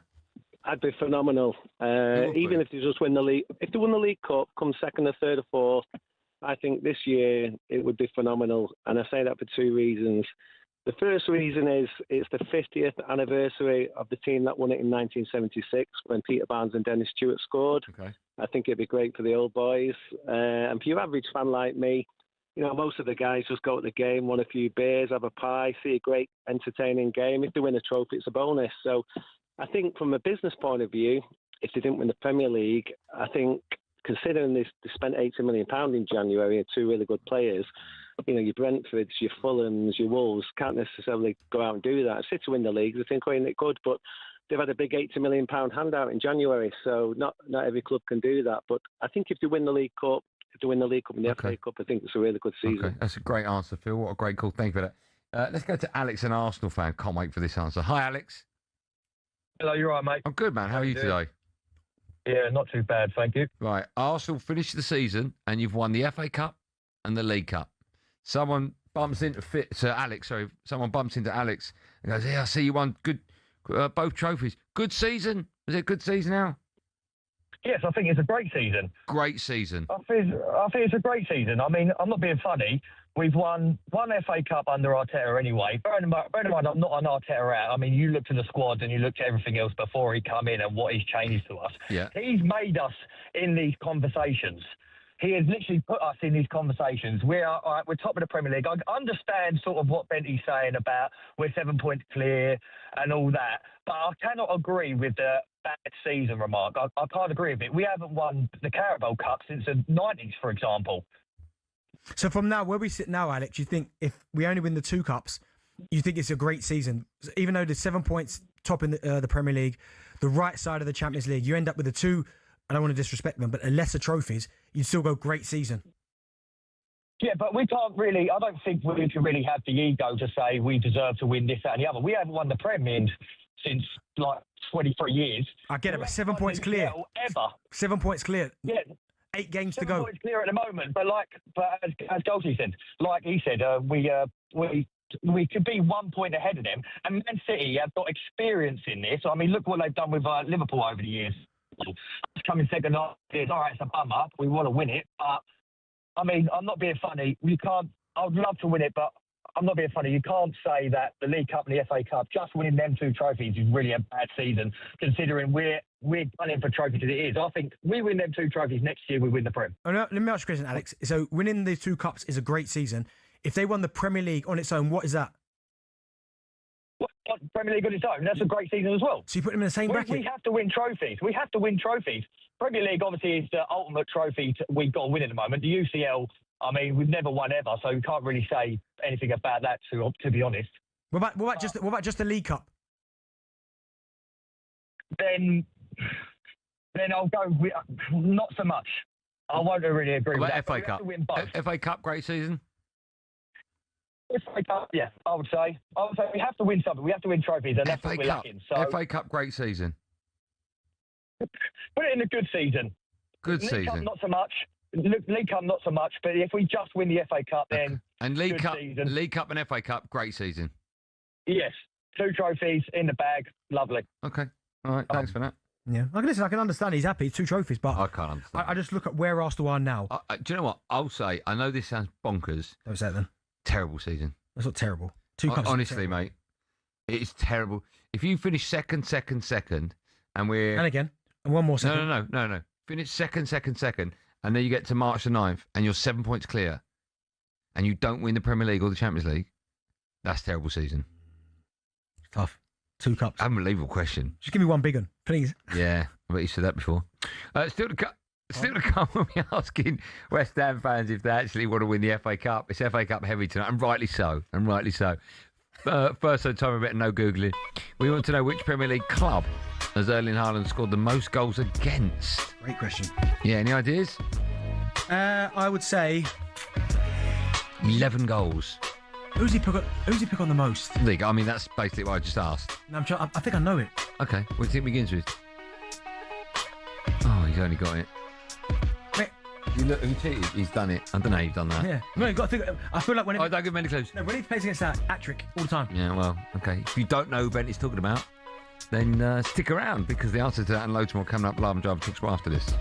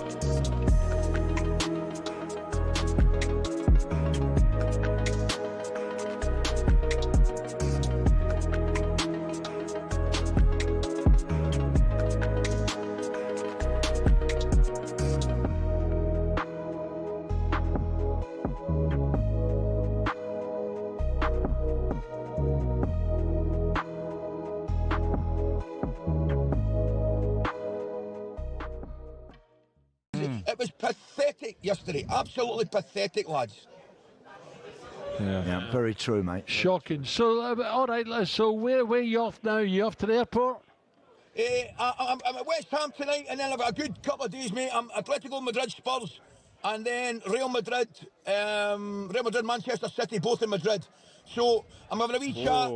I'm maybe get back on Friday, but I don't know, mate. But you'll be carrying a can, no problem at all. With those.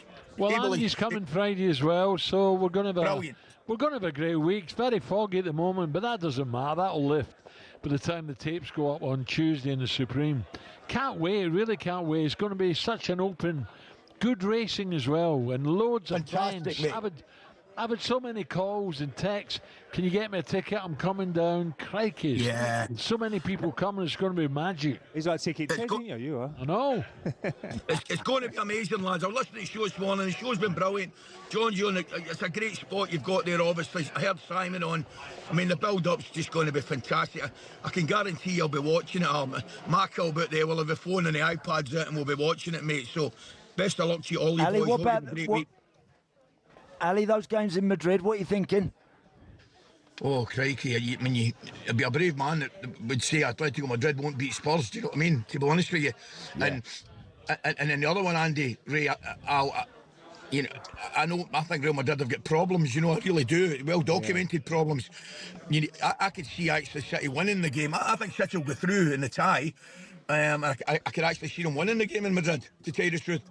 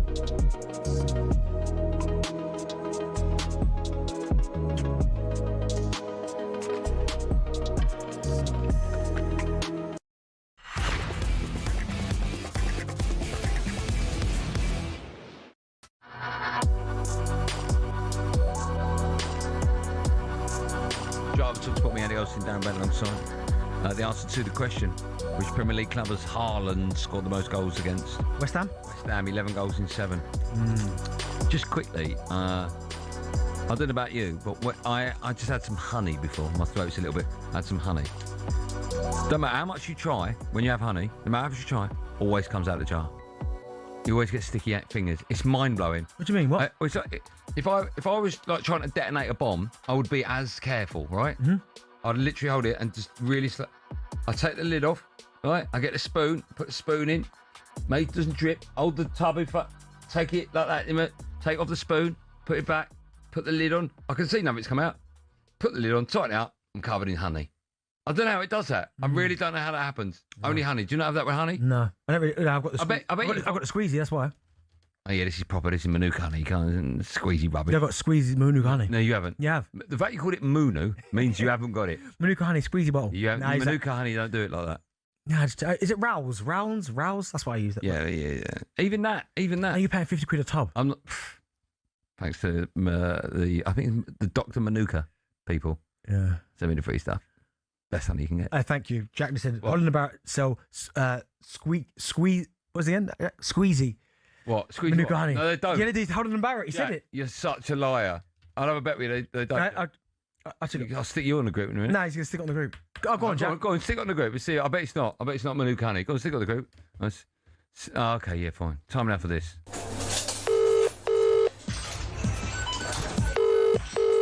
How you doing? It's Darren Bent. Takeaway. Can I take your order, please? Get my hands, marinate all up in the thing. I like my medium well. Ginger beer, oil over it. Get my brush thing, get the oil over it. It better be Heinz. If it's not Heinz, honestly, I'll lose it. I'm Darren Bent, and this is my tea time takeaway.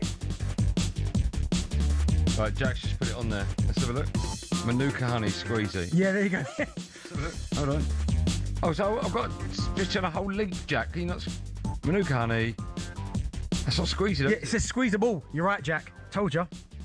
Sorry, why is she putting it on her face? I don't think that's the same one, Jack, is it? Yeah, it is, mate. Yeah, it says here, squeezable, Manuka honey. Put it on her face. I don't know why she's sticking it on her face. There you go, yeah. Okay, you can get it in squeeze. Well done, Jack. Good so why don't you do that? Just get that. That's not the one they sent me. Anyway, it's irrelevant. Let's move on. Is that for yourself, Jack? You give yourself a round of applause. Right, this is Benty's Tea Time Takeaway. Every week, 100 Club member Darren Bent serves up his 5 key takeaways from the weekend's action. Benty, what you ad-lib it? You got to ad-lib it. Oh, what a weekend of FA Cup football. I loved it. And do you know what it proved to me? Go on, Darren, what did it prove? The magic in the cup is still alive. You've had your haircut, yeah? Yeah. Yeah, I put the video up. Oh, yeah, it's good, man. Thank you. The magic of the cup is still alive. It is still alive, Darren. Let's hear from the Port Vale boss, John Bradley. Speaking after that win at home to Sunderland, he discussed how special the FA Cup is as a competition. You know, I drew inspiration off Nigel Clough yesterday against Arsenal. I thought they were excellent. And, you know, I talked about Mansfield in our league and how well they did. And, you know, before the game to the boys and just saying, look, they've played against Arsenal in the Champions League and they've gone toe-to-toe with them. You guys can do the same. And, you know, so it was great, you know, picking up inspiration from our league. So hopefully, you know, Nigel hears that because I think he's top manager as well. Did you watch the game? Yeah, did you? How impressed with Port Vale were you? Yeah, they played well. They played really well. I mean, Sunderland had chances, but it's just mad how the FA Cup, and this is why I say the magic's still alive, because obviously to win in the manner that you do, right, is absolutely incredible, beating Sunderland at home. But then that Wayne, who scores the winner, is a Newcastle fan. Yeah, I know. It's always like that. It's crazy, always but get a story. Fair play to Port Vale, rock bottom of the League One as well. 9 points from safety. But the supporters will absolutely love this. Absolutely love it. And it proves the magic is still there in the FA Cup. Would they go down and win the FA Cup? Yeah. Well, win the FA Cup, obviously. You say that, mate. Everyone goes on about league form's most important. Arsenal Wigan fan, what's happened to them recently? Would they take that win? Yeah, okay. Yeah. Birmingham, when they beat you in the League Cup final. They'll still take that too. When Jack Wilshere cried. Mm. Oh. Did they go down that year? They did, yeah. Yeah. But no, yeah, I think for Port Vale, absolutely, really, really incredible story. Yeah. We spoke, I think it was Friday, about how huge the FA Cup could be for Sunderland. Now they've reached 40 points to safe. That's going to be disappointing for them. Yeah, because they would have looked at that opportunity. And as you said there, I know at the start of the season, the priority would have been staying in the division. They've more than done that. They've got to 40 points easy. That's where I'm a little bit disappointed for them, and Fulham, because have a good cup run, have a real good go at it, because you're not in any other competitions. So effectively at the minute, it's only one game per week. So I mean, get the squad back. It would have been fantastic, but take nothing away from Port Vale. I thought they were outstanding. Okay. Where would you like to ad-lib next, Darren? Probably game of the FA Cup round. Wrexham, losing out to Chelsea in the manner they did. But what do you wonder? I'm wondering it. What are you wondering? But could it be a blessing in disguise for Wrexham? Yeah, well, let's hear from the Wrexham gaffer, Phil Parkinson. He was speaking after that defeat to Chelsea. He said he was happy with what he saw from his side.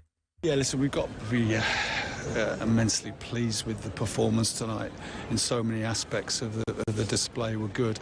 The way we pressed, very structure, because it's not just about pressing, it's when to press, it's the communication.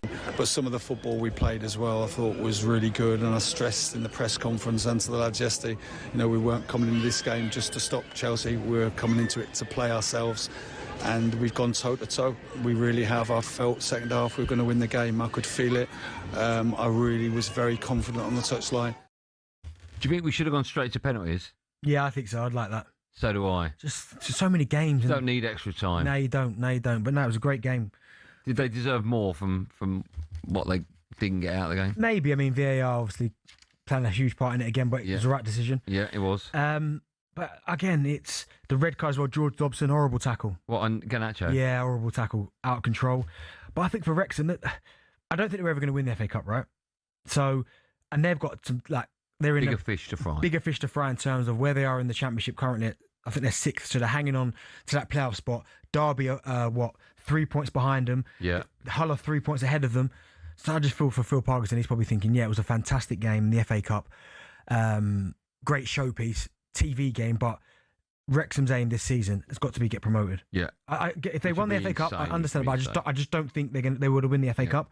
But they've got a genuine chance if they get in the playoffs that they could find themselves in the Premier League. So I think the league form is more important. Yeah, I agree. Let's move on to talk about Mansfield against Arsenal. You guys beat them 2-1. Yeah. I want to ask you about. You don't need to ad lib. Do you want to ad lib? No, don't. Okay. I want to ask you about Max Dowman. There's no doubt in his generational talent. He's brilliant. If you were to put, this is a horrible question. If you were to put a price on him right now, what price tag would you put on him? It's tough, isn't it? Because he's only had a handful of games. I know, but you can see he's got something. The potential's there. A little bit nuts. Yeah, I mean. By the way, did you see those goals I put on our? Yeah. AJ Gabriel, Man United. See those goals? 2 goals. See them, Joe? Unbelievable. Yeah. He's a boy, that kid. Talent, yeah. But no, for me, I mean, it's impossible to put a price on him right now. But go on, put one on him. No, it's impossible. If you turn on talkSPORT and Jim White's going, I've just found out that Arsenal have sold Max Dowman for 50 million. I'd be disappointed. Would you? Yeah, because what he could be, what he can be. I mean, his mentality is crazy. And again, I did the game for talkSPORT. On that pitch, which was muddy, bobbly, the way he kind of caressed the ball was going past people. Yeah, but he's used to that, I'm guessing. How? Well, he's playing much lower league football, under 18. Yeah, have you never been to academy? Their pitches are like carpet. What, every single one of them? Most of the ones, okay. they'd be category A, I think, Cat A. So all the pitches they're going to are like carpet. And there were moments he was getting the ball, going past 2 or 3, and I'm thinking, at first I thought it was maybe a little bit of, and no disrespect because he's a top player, but remember when Suarez used to go past people and it like ricochet off both, and it looked a bit messy, but somehow he'd get himself out of it. But when you watch him, though, there's none of that going on. No, talent, pure talent. Yeah, tight control, getting in and out. His strength, because they were trying to kick him over, he was getting up. He probably should have scored a hat-trick, but on that pitch, like going to those type of games, FA Cup games, where if your mentality's not right, they'll just run all over you. I thought he was absolutely outstanding. How do you, a kid like that you want to see play more? Yeah. How does Arteta get him into that Arsenal team? Well, do you know what? He played more centrally, right, in this game. So maybe the 10 role. Odegaard. You got Odegaard there. You got Eze, and Eze, obviously, great goal. But it's definitely a place for him to get minutes. When you're that talented and the way he can go past people and the speed in which when he goes past them, he pulls away. Yeah. I was watching going, oh my goodness. How old is he now? 16, just turned. 16. What, realistically, what's the minimum age he can be to be a permanent member of that starting 11? Well, it depends how quickly he develops. If every time he steps onto the pitch and he's scoring goals, there's no reason why he can't keep himself in 16? Yeah. Remember Wazza at 16? Yeah. Wazza was a freak. Yeah, he was a freak, you're right. A quick word, where do you want to go? We've talked about Newcastle, Man City. A quick word about Fulham losing at home to Southampton. Yeah, again. Missed opportunity for Fulham. 100%, because FA Cup run's incredible. And again, Fulham, you look at where they are, right? They're never going to go down, so they're in a comfortable position. Yeah. And I always feel teams that are in this position, because currently right now Fulham are 10th, 40 points, right? Again, as I said, they're not going to go down. So you get these teams that are in that kind of lull situation where you've got eight, well, they've got 9 games left of the season. And you don't want to just play like one game a week and just kind of peters out. Like Palace usually get to this stage. I thought, FA Cup run, give them a little bit something to be excited about. Who do we get in the next draw? We go again. The fact they're out now is a little bit like, Yeah. So I think opportunity missed for Fulham for sure. Yeah, I agree. Although Southampton were very, very good. There you go. That was Bentley's Tea Time Takeaway. Still to come on our show, we'll hear how Jason Cundy spent his weekend. I've got shades on. What are you wearing? I'm just wearing a pair of pants. We'll also look back at a busy weekend in Benty's EFL Corner. And of course, it's the boot room, and I have a peach of a chat for you today. Yeah, it's about boots. Jack, what's that got to do with EFL? Peach of a chat, yeah, good work. Keep them coming, Jack. And we'll look ahead to another huge night of football live on talkSPORT. What an FA Cup game we have got here. All that and loads more coming up on Drive with me, Goldstein, him, Bent. And when we come back, the best bits of talkSPORT. Thanks, Tom. Well, listen, it's gone from bad to absolute worse for Manchester United. So let's get an update from Don McGuinness.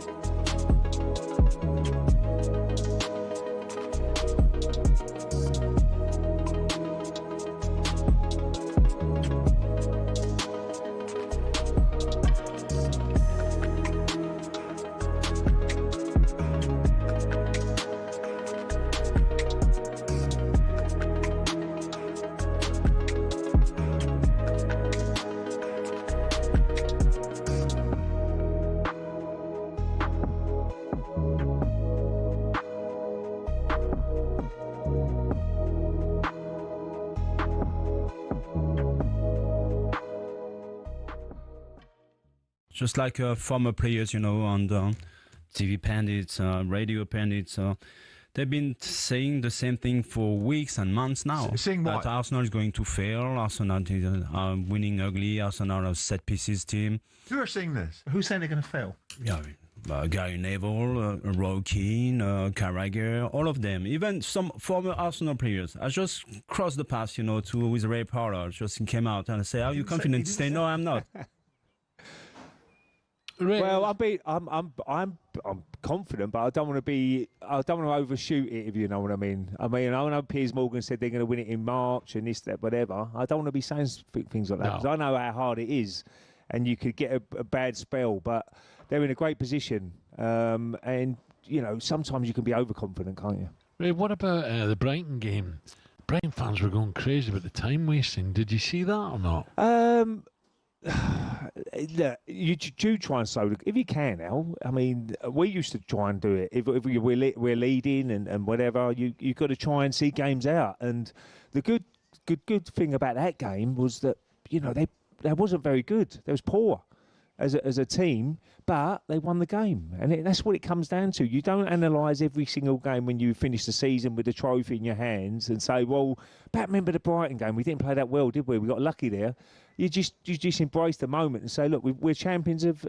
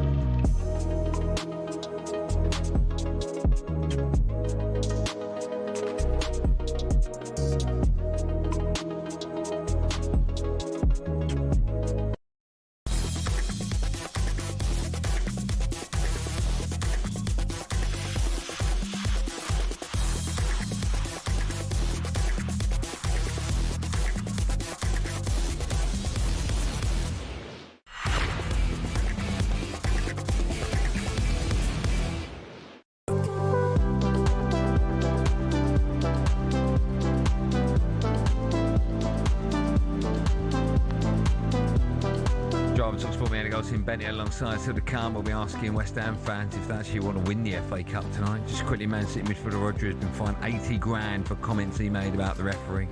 That was after last month's draw. I bet that hit him hard. 80 grand. What would that be like for me?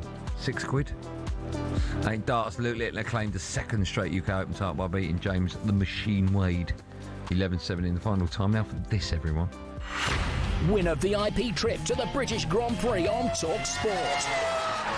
Yes, listen up, F1 fans. We're sending two of you to the British Grand Prix. How about that on Sunday, July the 5th, with the full racing green trackside experience. Forget the general admission. Forget that. You're getting exclusive grandstand seats plus inner track access to watch the drivers roll into the paddock. And we've got the whole day sorted with all-day street food, a fully open bar, and more. There's more than just that. There's more. It's the ultimate British Grand Prix prize, completely on us. Here's how to enter for your chance to win. I'm finished yet. Text the word WIN to 83338. A text costs £2.50 plus standard network rate, or you can call 03434187260. Lines close 20th of March this year at 4 p.m. 18 play. It's a mouthful now. 18 plus, UK residents only. It's a network promotion. Full T's and C's at talksport.com. Fast, aren't they? For your chance to win, text the word WIN to 83338 now. Any more cars? Any more? Is there one coming? There it is. Fast, aren't they? 300 miles an hour they go. Time now for this. Time for the best of talkSPORT. We run you through the best bits, the highlight moments from talkSPORT. Let's kick things off with live football, shall we? Here's yours truly, Darren Bent. Oh, didn't know about it. On commentary for Mansfield against Arsenal, doing his very best to remain impartial, I can imagine. Mansfield 1, Arsenal 1. Arsenal took the lead in the first half. Mansfield equalised. 5 minutes into the second. Now Eza, right-footed, blasts it into the top right-hand corner, and Arsenal are back ahead. Why are they stealing pictures on my social media platform? That's so bad. No. You're meant to be impartial, Darren. No, I didn't cheer. I went, woo, as in, what's a goal? No. Do you do that with their goals? Yeah. Liar. It says here, would you like to apologise to any Mansfield? You should. No, because I give them a lot of credit. I thought some of their performances at the weekend, Reece Oates gave him a lot of love. He was incredible at the weekend. So no, I don't. How would you describe? Thanks for the good parking, though. How would you describe your commentary style? Winging it. Nah, just, say what I see. Like catchphrase? Yeah, and energy. What's the one on-air moment you'd regret the most? Oh, the opening link to that boot room. And swearing on commentary? Nah, that's just passion. Got carried away. No, I'd never hear Sam Matface. Oh, okay. Let's hear Mansfield's goal and see you shouting in the background. Go on, play it, Jack. And Evans has got there.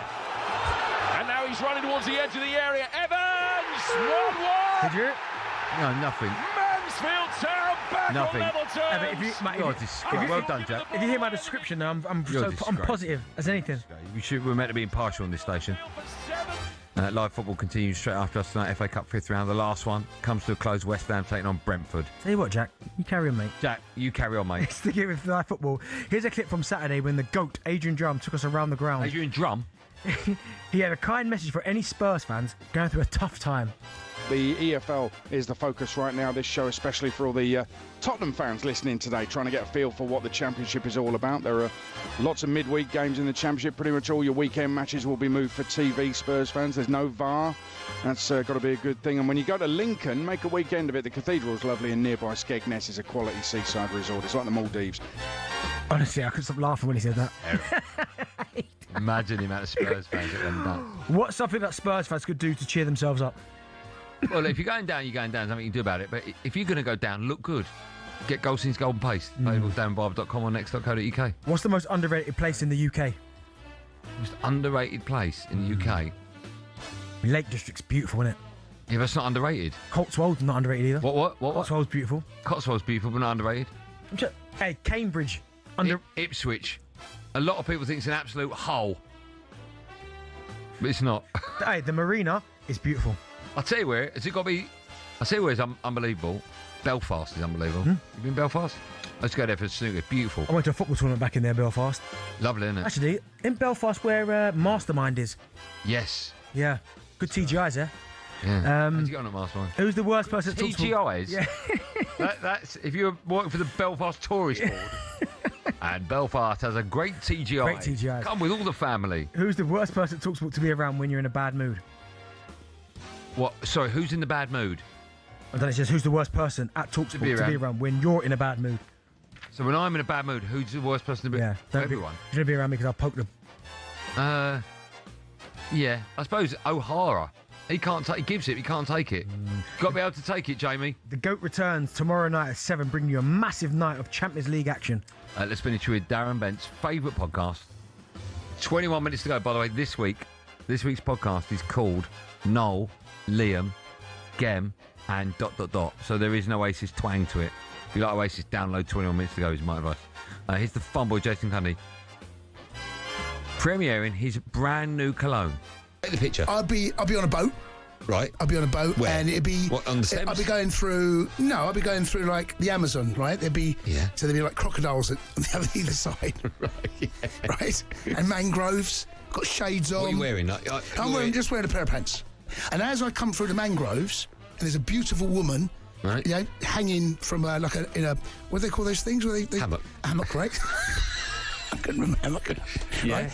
In a hammock. Yeah. And I just go up to her, and I give her a kiss, and it goes... Oh, the Cundy. I mean, that is award-winning. That boat, Amazon, crocodiles, and mangrove. So your humour is to write down generic words from a story, honestly, and then just read them back. Who's downloading that? Well, let me tell you now. Hit a big milestone this weekend. We are now officially the biggest talkSPORT podcast out there. Oh, you've got 2 listeners now. Why'd you poo-poo? You loved it. No, 1 episode, Andy. Oh, so 100% record. That's not. Let me. What would a Darren Bent cologne be called? Oda Nasty Man. Just one little eBay auction there. Benty, no, I didn't. Mine would be called. Dunno. Oda DB. Bentos. Bentos, good. Frey Bentos. What's the best piece of advice for smelling good? Wash first. Don't try and. If you're not smelling a bit bad, don't try and mask it by putting more odour on it or more cologne on it. Yeah. Wash first, then put it on. There's no excuse for body odour. There isn't. Billy. Will you be listening to 21 minutes on the way home? No, we're not. Why? Because I can't keep listening to the same episode. We'll listen to another one. Well, I've listened to one. You told me not. You're the one who told me to start at 11. No, I said that's my favourite one. I'll give you another one. Is one good? One's brilliant. They're all brilliant. That's why it's now the most downloaded podcast talkSPORT got. Outspoken is. It's not, mate. We've topped it. I just put it in Google. Because Google don't lie. We won't have it. It won't. Doesn't know the numbers. I'm telling you. I'm going. I'll go AI. Here we go. They know. Why don't we check out the boot room? Here we go. You can find 21 minutes wherever you get your podcast from. New episodes drop every Monday and Thursday. Oasis story in this one. Oasis story. Downloaded. And of course, you can find all of our shows on the talkSPORT app where you swipe through talkSPORT and talkSPORT 2 and all of our other sister stations, so you never miss a moment. When we come back, I'll be giving Darren Bent a dead arm. Live on Drive on talkSPORT after this.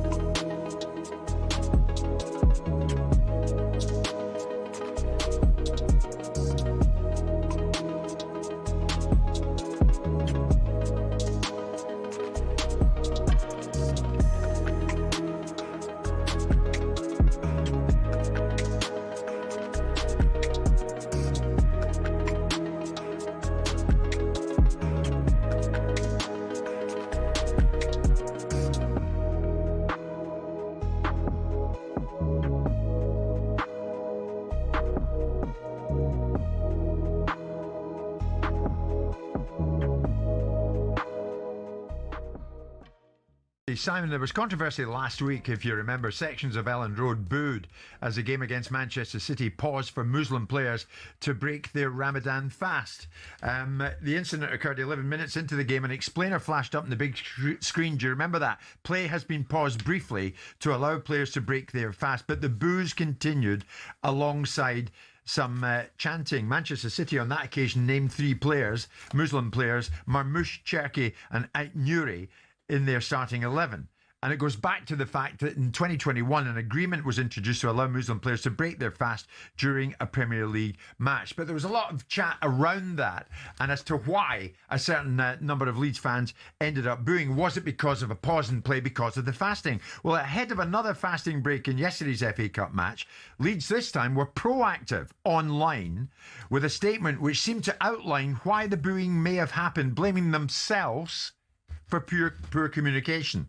And Leeds said, Leeds are asking for respect to be shown during this Sunday's fifth round tie against Norwich. Play will be paused to allow players observing Ramadan to break their fast, including our own striker, Joel Pirro. And that seemed to work because they referred to the first game at Elland Road. It was paused. And then they said, now, while we displayed a message on our big screen at Elland Road to explain why the game had been paused, it wasn't visible for approximately 25% of the stadium, including the South Stand. In our preceding fixture with Manchester City at the Etihad in November 2025, the game was controversially stopped in the second half for a tactical timeout. During an injury break, with the squads congregating on the touchline, fans may have thought that this was happening again.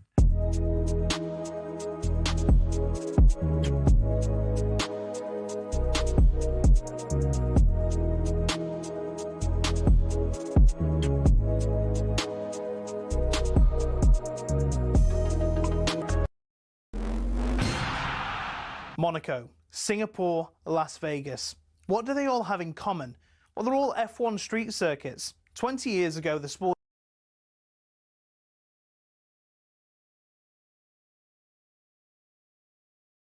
worse.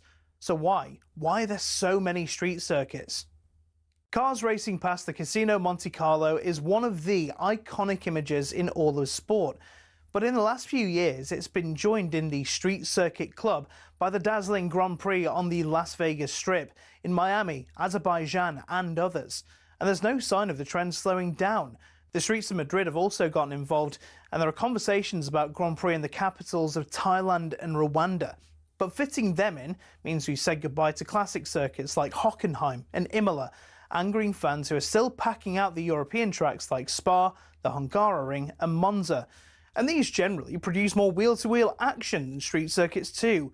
At Silverstone in 2025, there were a total of 26 on-track overtakes. At Monaco, 4. I'm an F1 enthusiast. Even I struggle with that.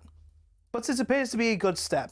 In 2025, there was a record 2.3 million strong viewership for the Monaco Grand Prix in the US alone.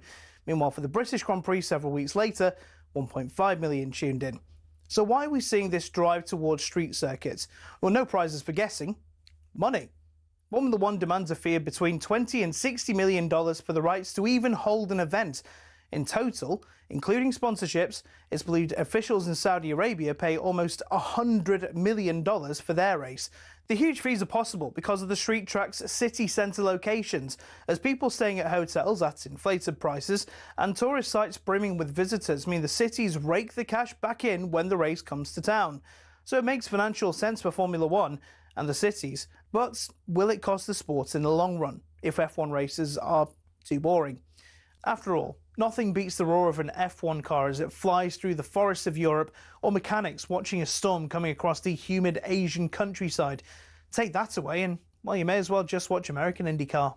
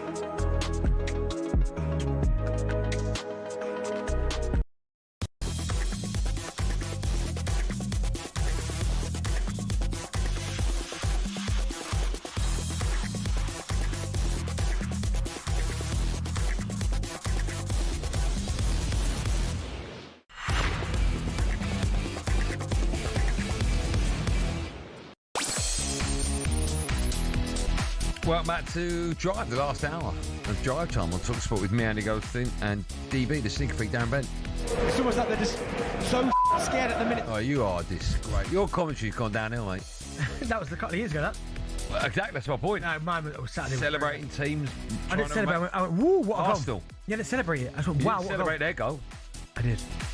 Honestly, Alex Cook finds out about that. Still to come, we'll look back on a busy weekend in Benty's EFL corner. But now, there's a huge, huge week of Champions League action coming your way on the talkSPORT network.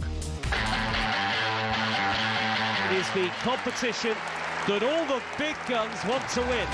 That is Marcus Rashford rolling back the years. It's a win for Barcelona. Galatasaray beat Liverpool by a goal to nil. Here comes Barnes, deep from deep and scores. Here's Lookman on a hat-trick, edge of the penalty area, taking on Satsova and firing in. Atletico are really strong at home. Spurs are in such trouble, so devoid of confidence. Vitinha right through the middle, tucks it into the corner. Onto his right foot, he shoots and seals it for Chelsea.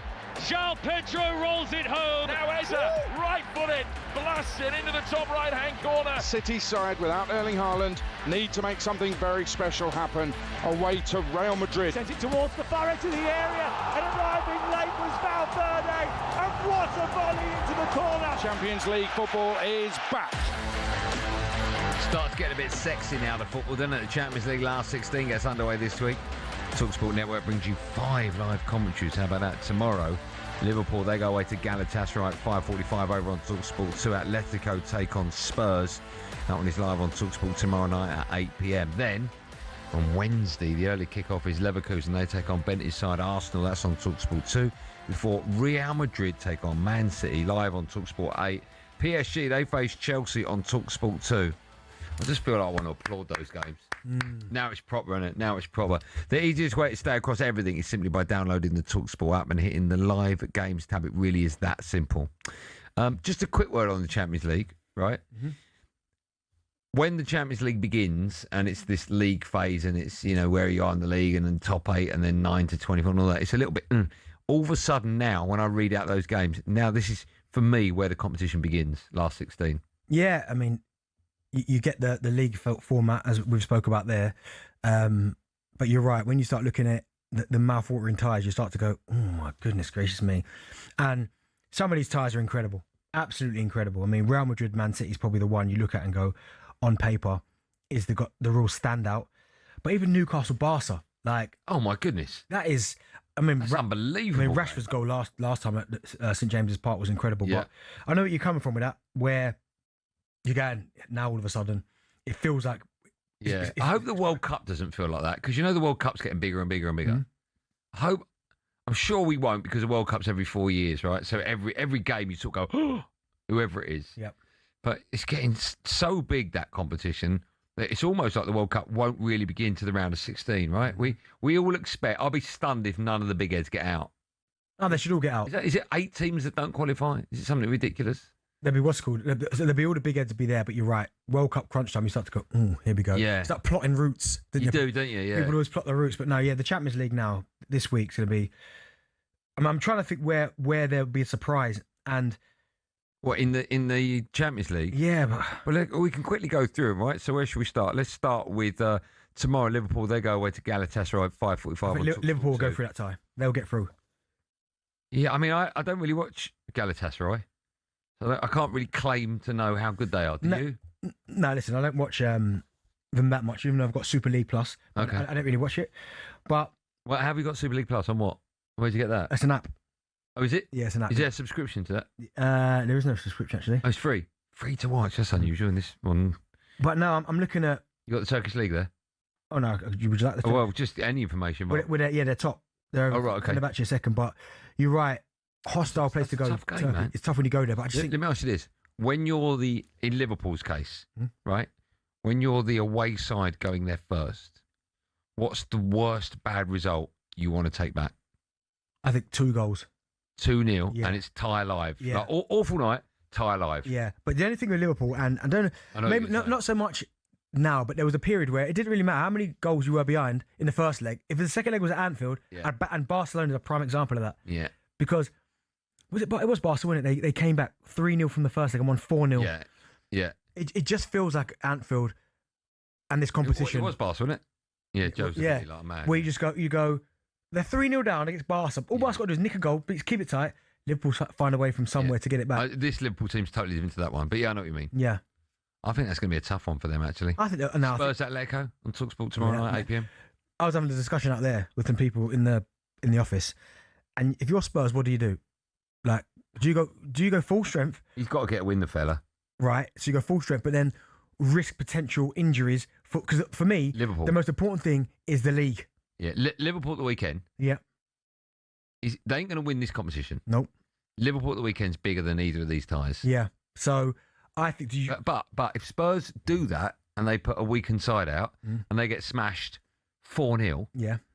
Imagine going to Anfield on the back of 4 defeats and the last one being 4-0. But and this is the problem you've got. But then I think to myself, if any of your players in your squad are carrying any kind of, don't risk it. No, because staying in the Premier League is the key crunch. Again, I with you, I don't think they're going to win it. Although they've had a good Champions League campaign, I don't think they will win it. But them getting relegated, oh my goodness, that's unthinkable. That the fact that Chelsea could put them down as well. You think that's going to happen, didn't you? I think Chelsea will relegate them. Yeah, they're not going down. They'll nick a point at Anfield. I think they've made the wrong. I think it's the owner's fault. Obviously, I think they've made the wrong decision with getting in a fellow who doesn't know the league or the players so late. Yeah, Insane. Most managers coming down. No, he would have known the players. He won't know the players. No, he would have seen them. He's playing most of them out of position. He ain't got a clue, the fella. I don't know. He hasn't. Do you know what? Someone must have looked at him and gone, "He's the right man." I need to know who that one person is. It was what's his name? It was from Arsenal. No, what's his name? What's his name? Paratici. Yeah. So this is what I'm led to believe. Is it Vinay? I thought it was. He wrote a list down of players that he wanted in. They went with Big Ange. He's gone. Someone's gone. Oh, what's this list?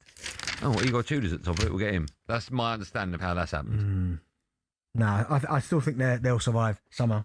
I don't think they will. Right. All that is coming up tomorrow, so we've got a massive drive time show to look forward to tomorrow. But let's concentrate on tonight because West Ham, they host Brentford in the FA Cup. It's live on talkSPORT. Nuno Espirito Santo has been speaking ahead of that game. He said they'll forget about the Premier League for tonight and try to reach the quarterfinals. It's always a good competition for us. We love the Cup, and this is what we are here talking about now. Let's focus on the Cup. It's really, really important. It's in our home against a tough opponent, but a competition that we want to try and go through. I'm not so sure. We were having this conversation moments ago about Spurs. West Ham, they're currently 18th. They're only inside the relegation zone on goal difference, but they're in it. Yeah. Do you think West Ham fans will not actually want to win tonight, but do you think West Ham fans, will be more than happy if they turn up tonight when the team's announced and every single one of those players, or a lot of them, aren't regular starters for West Ham? i.e. the manager's thinking, forget the Cup, I need to stay up. Yeah, I think potentially. I know, again, I look at West Ham and Crystal Palace are a prime example of that. You can go the way and win it. But again, I look at West Ham and where they are in the Premier League. Last thing they want is more injuries. Do you know what I mean? They've got a good squad there. They've got a bit of momentum. An argument is you play this game tonight full strength. You have got more than enough time to recover before another game. So when's the next game? It's going to be Sunday, I'm guessing, right? So you got it. I've got it on my phone. If you haven't got it. So Saturday the 14th, 8 o'clock kickoff against Man City. Oh yeah, of course they're away at Man City, right? Right. Yeah. So there's more than enough time to recover. So do you know what? I'd probably go full strength. Why not keep that momentum going? Yeah, you're right. Do you know what I Well, mean? if they win the game and come out of it without an injury, then of course it's the right thing. Yeah. If they lose the game and come out of it with an injury, it's the right thing. I'm sorry, what's that again? If they lose the game and come out of it with an injury, it's the wrong thing. Yeah. So I'm just looking at West Ham moving forward because they've got a run of games where they've got Brentford tonight. They go City away, right? City at home. Yeah. Villa away. And then they've got a huge game against Wolves at home. Yeah. So they've got big games coming up. Leeds last game of the season. Yeah, so there's certainly games there, but I mean, it's always a classic situation. What is the right answer to this? You want to keep momentum going to get a bit of... They beat Fulham in their last game, played well. Do you want to jeopardise that, or do you want the players are going, just let them keep going? Okay. Well, put it out to West Ham fans. Big game tonight. If you're going to the game or you're just a happy hammer, well, an unhappy one at the moment, and you're on your... If they're unhappy, you know.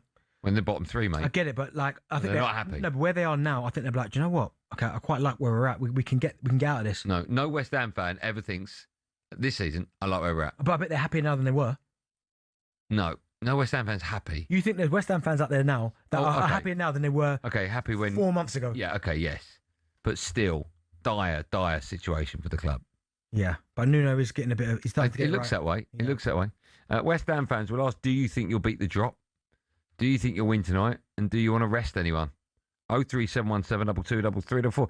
Lots of questions I've asked and only one number to dial. 03717 223344.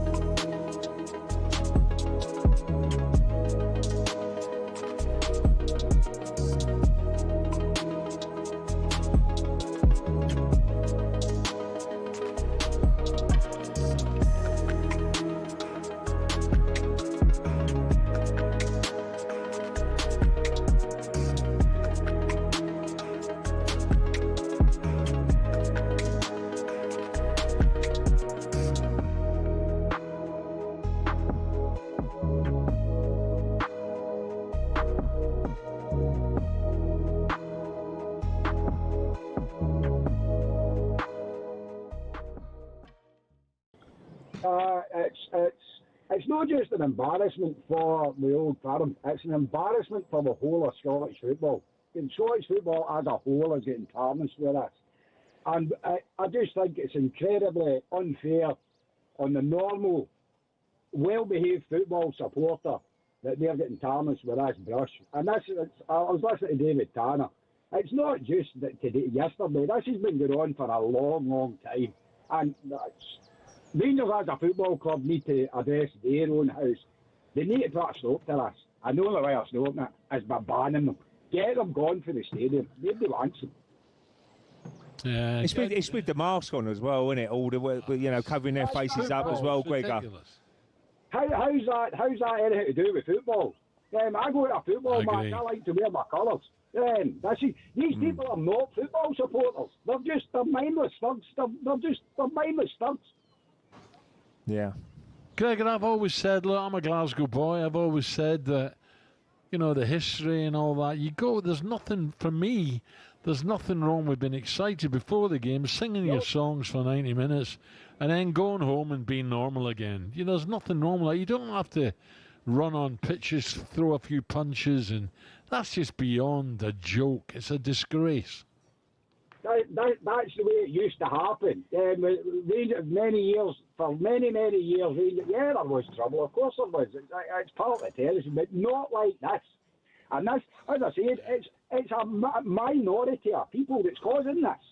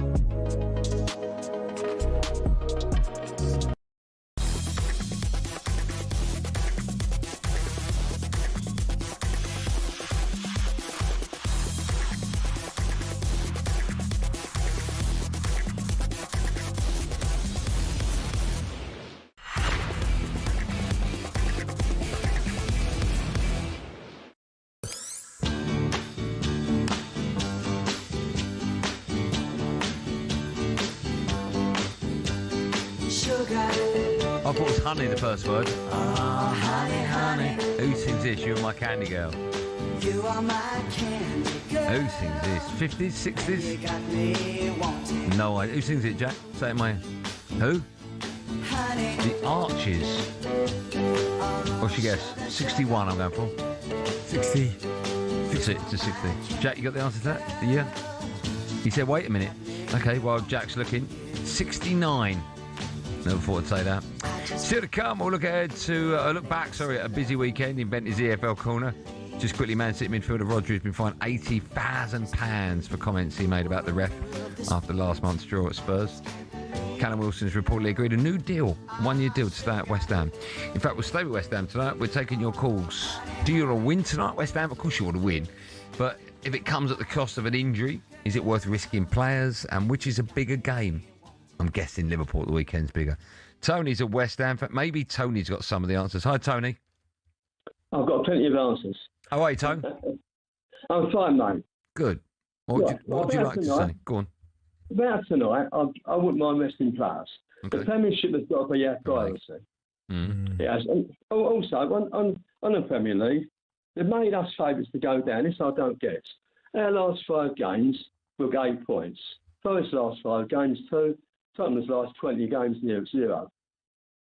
Yeah, I don't think you're going down, Tone. No, I don't. Also on that, we've had 3 clean sheets out of 4, and some people scored 7 goals in 10 matches. It's been phenomenal. At the moment, we're sort of flying high. If we lose tonight, I'm not bothered. I'd rather go out tonight and concentrate on the Premiership. Do you think Premier League? Do you think you could beat Liverpool at the weekend? We're not playing Liverpool, are we? No, that's Tottenham playing Liverpool. He's West Ham. Oh, sorry. Do you think who have you got the weekend? Man City. Man City, yeah. Wait, what did I say? Oh, sorry. Do you think you beat Man City the weekend? Sorry. Yeah. Got Man City. I think we give them a game, and I'll tell you the reason why. If we'd lost the Fulham game, we'd have been down. Even if it had been drawn, we'd have been down. But there's so much confidence in that club now. So their players and team, they're fighting for every single ball. They are. And that's all you can ask. You can't ask no more. I think you give them a game, and hopefully you might come out with a point. We've not beaten City for I don't know how long, but why not? Okay. It's a great shout. There's no reason why they can't. That was a great West Ham call, wasn't it? Yeah, I mean, I think he's right with the FA Cup game tonight. The priority's got to be the Premier League. You don't want to go down. No, you don't want to go down. George is a West Ham fan. Hi, Georgie. How you doing, chaps? You okay? Oh, great, man. Good, How are mate, you? You going tonight, George? Very well. I'm not. I'm sitting in traffic trying to get home. That'll be a start. Where you got to get to? Rayleigh, so about 20 minutes away, mate. Not too far. Okay. But no, I was just calling up to say West Ham are going for the treble, so it's imperative that we win tonight. I mean, the obvious question is, what treble? West Ham stay up, FA Cup, and Spurs to go down. It's a complete season, so I think we need to go for it. Can you list them in order? Spurs to go down first, of course, then stay up, and then FA Cup. Give or take the first 2. So West Ham staying up is second on that list. Spurs to go down is the number one priority. Second, I'd probably get as much enjoyment of Spurs going down as West Ham staying up. So it's very close. And we've had some good years in the Championship. So where would your celebrations rank if Spurs went down compared to when you won the Europa League? I dread to think. Definitely a day off work. I think last time that happened is when we won the Moody Europe Cup. So yeah. It'll be up there. What will the score be tonight? Do you care? I mean, obviously you care, right? You want to progress, but... Yeah, no, of course. Listen, I think it's, on jokes aside, I think it's all about momentum. I think whether we stay up or not, I think that's irrelevant. What got us off to this run was the fact that I think we beat Oxford, beat another team. I think confidence keep building. Like Darren said, we've got plenty of time to recover, and I think go for it. Anyone can be beaten this season. Yeah. There's no invincibles. There's no Man City. So I think we've got a good chance. Okay. I think we should play our full strength. All right, have a safe journey home. Let's speak to... When he said there's no Man City, what does he mean by that? It means like there's no one smashing them to pieces every single week. Oh, okay, yeah, cool. All right. Will's a West Ham fan. Hi, Will. Will? All right, boys. All right. You all right, Will? Yeah, not too bad. I think, personally, with Man City this weekend, Man City smashed West Ham regardless of the team that they put out and we put out every time we play them. So in terms of resting players, I think it's pointless. But again, I'd rather we get kicked out of the FA Cup. It's less games and we focus on Premier League. Do you think you'll stay up? I do. Out of the three of us, I think we're the best team currently. I mean, Forest look good as well. Yeah. Ideal world, it's Spurs that go down, but I do think out of the three, we look promising. If you told me before Christmas, I was almost dead set. I was like, look, I'm accepting the fact that West Ham are going down now, but this year, the football that I think we've been playing, even the unlucky results like United and Chelsea, where we could have easily picked up 3 points there, I'm excited as a West Ham fan to see what this team can do, see what Somerville can do. Do you know what I mean? Yeah. Are you happy with your manager now? I wasn't at the start, but I do think he's the right man for the job. And at the end of the day, if he's not, who is? Yeah, I like Nuno. He's a good manager. It was only a matter of time before he was going to get it right. Yeah, Forest getting rid of him was one of the worst things they could have done. Crazy. But this relegation battle's going to be crazy. Who do you think is going to go down? Couldn't tell you. The Wolves, Burnley. Yeah. And then it's that last spot. Yeah. Because at one stage I thought, I thought Leeds are out of it. It's between who? Well, you got Leeds. No, I think it's Leeds downwards. You do think you put Leeds in it, do you? Yeah, 31 points. Then Tottenham 29, Forest 28, West Ham 28. Unbelievable, isn't it? So it's tight. And who Leeds got coming up? Okay, let me ask you this. Oh, so Leeds match is coming up. They've got Palace away, Brentford at home, Man United away, Wolves at home. I mean, there are some games where you go, there's some games in there I must win. Yeah, but they've all got that, right? Mm-hmm. Give me 1 to 4 who's not going down. Who out of 4, who would you put your money on will beat the drop? To beat the drop, yeah, 1 to 4. Who I think is more. Well, if you're going, whenever you go, when you get to 4, they're going down. So who's definitely? I don't know who's going down. No, but who's definitely not going down out of those 4? I don't think Leeds will go. Okay, who's definitely not going down other than Leeds? See, I don't think Tottenham will go. Don't you? I don't think Forest will go. There we go. I think they've got too much. And you've got West Ham and Forest on the same point. Yeah, I don't. Well, yeah, I think Spurs will go down. Owner's fault. Still to come, we'll have team news ahead of that West Ham game. They take on Brentford. It's live on talkSPORT tonight. But first, it's time for no Googling. Last one of the day. We want to know what is the only ever. Oh, I love questions like this. Only ever World Cup final, including after extra time, to finish goalless.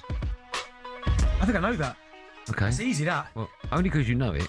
Yeah, straight away. I know this wasn't the Darren Bent I had when he was in the mastermind chair, was it? Yeah, but I didn't answer it, did I? All right. Darren Bent has, what year? Write the year down as well. Yeah, Darren Bent has got it. He's got everyone today. Without cheating. A hat trick, a gaggle of no Googlings. And the answer to that and loads more. And team news for West Ham coming up right after this.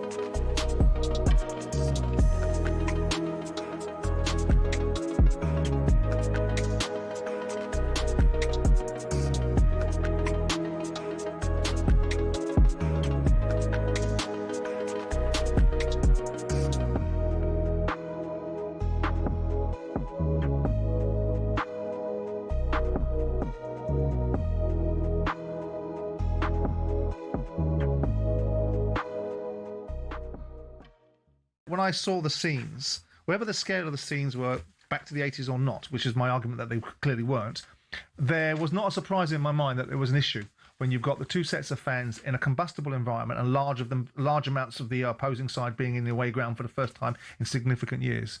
I look at the rules and say, it's interesting about rules being quoted as the SFA enforcing a 20% rule around the stadium capacity, yet the rules in the SPFL require you to provide a certain amount of away fans for the SPFL games, and Rangers and Celtic seem to have ignored that for years. So I don't really understand why they couldn't have ignored it for this game and turned around and said, in the interests of what we think is common sense, right now we don't think it's appropriate to stick 7,500 fans in a football stadium from the opposition right now because we think it's going to lead to problems. Then you look beyond that and go, well, you could have ignored the rules if you wanted to, and that may be me being a little bit cheap on the observation, but notwithstanding it, it's still there. You then look at it and go, if you don't think this was surprising, you think it's disappointing. I bet if I ask Bill Leckie, put aside your disappointment and your unhappiness, Are you inherently surprised? Well, probably not. So what was done to prevent it? What was done to ensure that prevention, whether prevention should have to be part and parcel of a bloody football match, is a different argument entirely. What we're dealing with now is another set of circumstances surrounding two football clubs that should be at the pinnacle of Scottish football for the right reasons and not the wrong reasons. And you can't strip them out of the cup, because you strip them out of the cup, all of a sudden the commercial revenues of the cup come into play. Exactly. We've seen this situation. So what did you do, honestly, when you look down and distill it down to prevent this?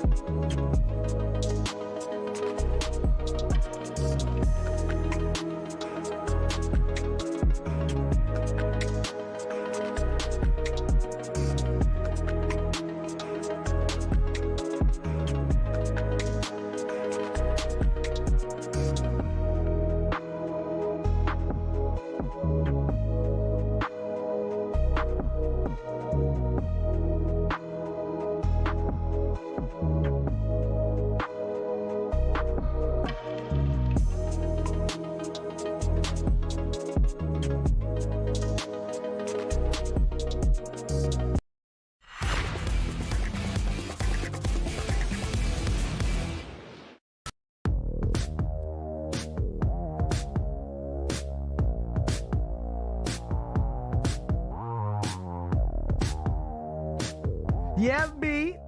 Blimey, Jarvan Tooks put me Andy Goldstein DB to sing alongside me. Fullback asked the question, what's the only ever ball draw in a World Cup final? Brazil, Italy. Benty's Brazil, 3-2 on penalties. 94, yeah. Still won it.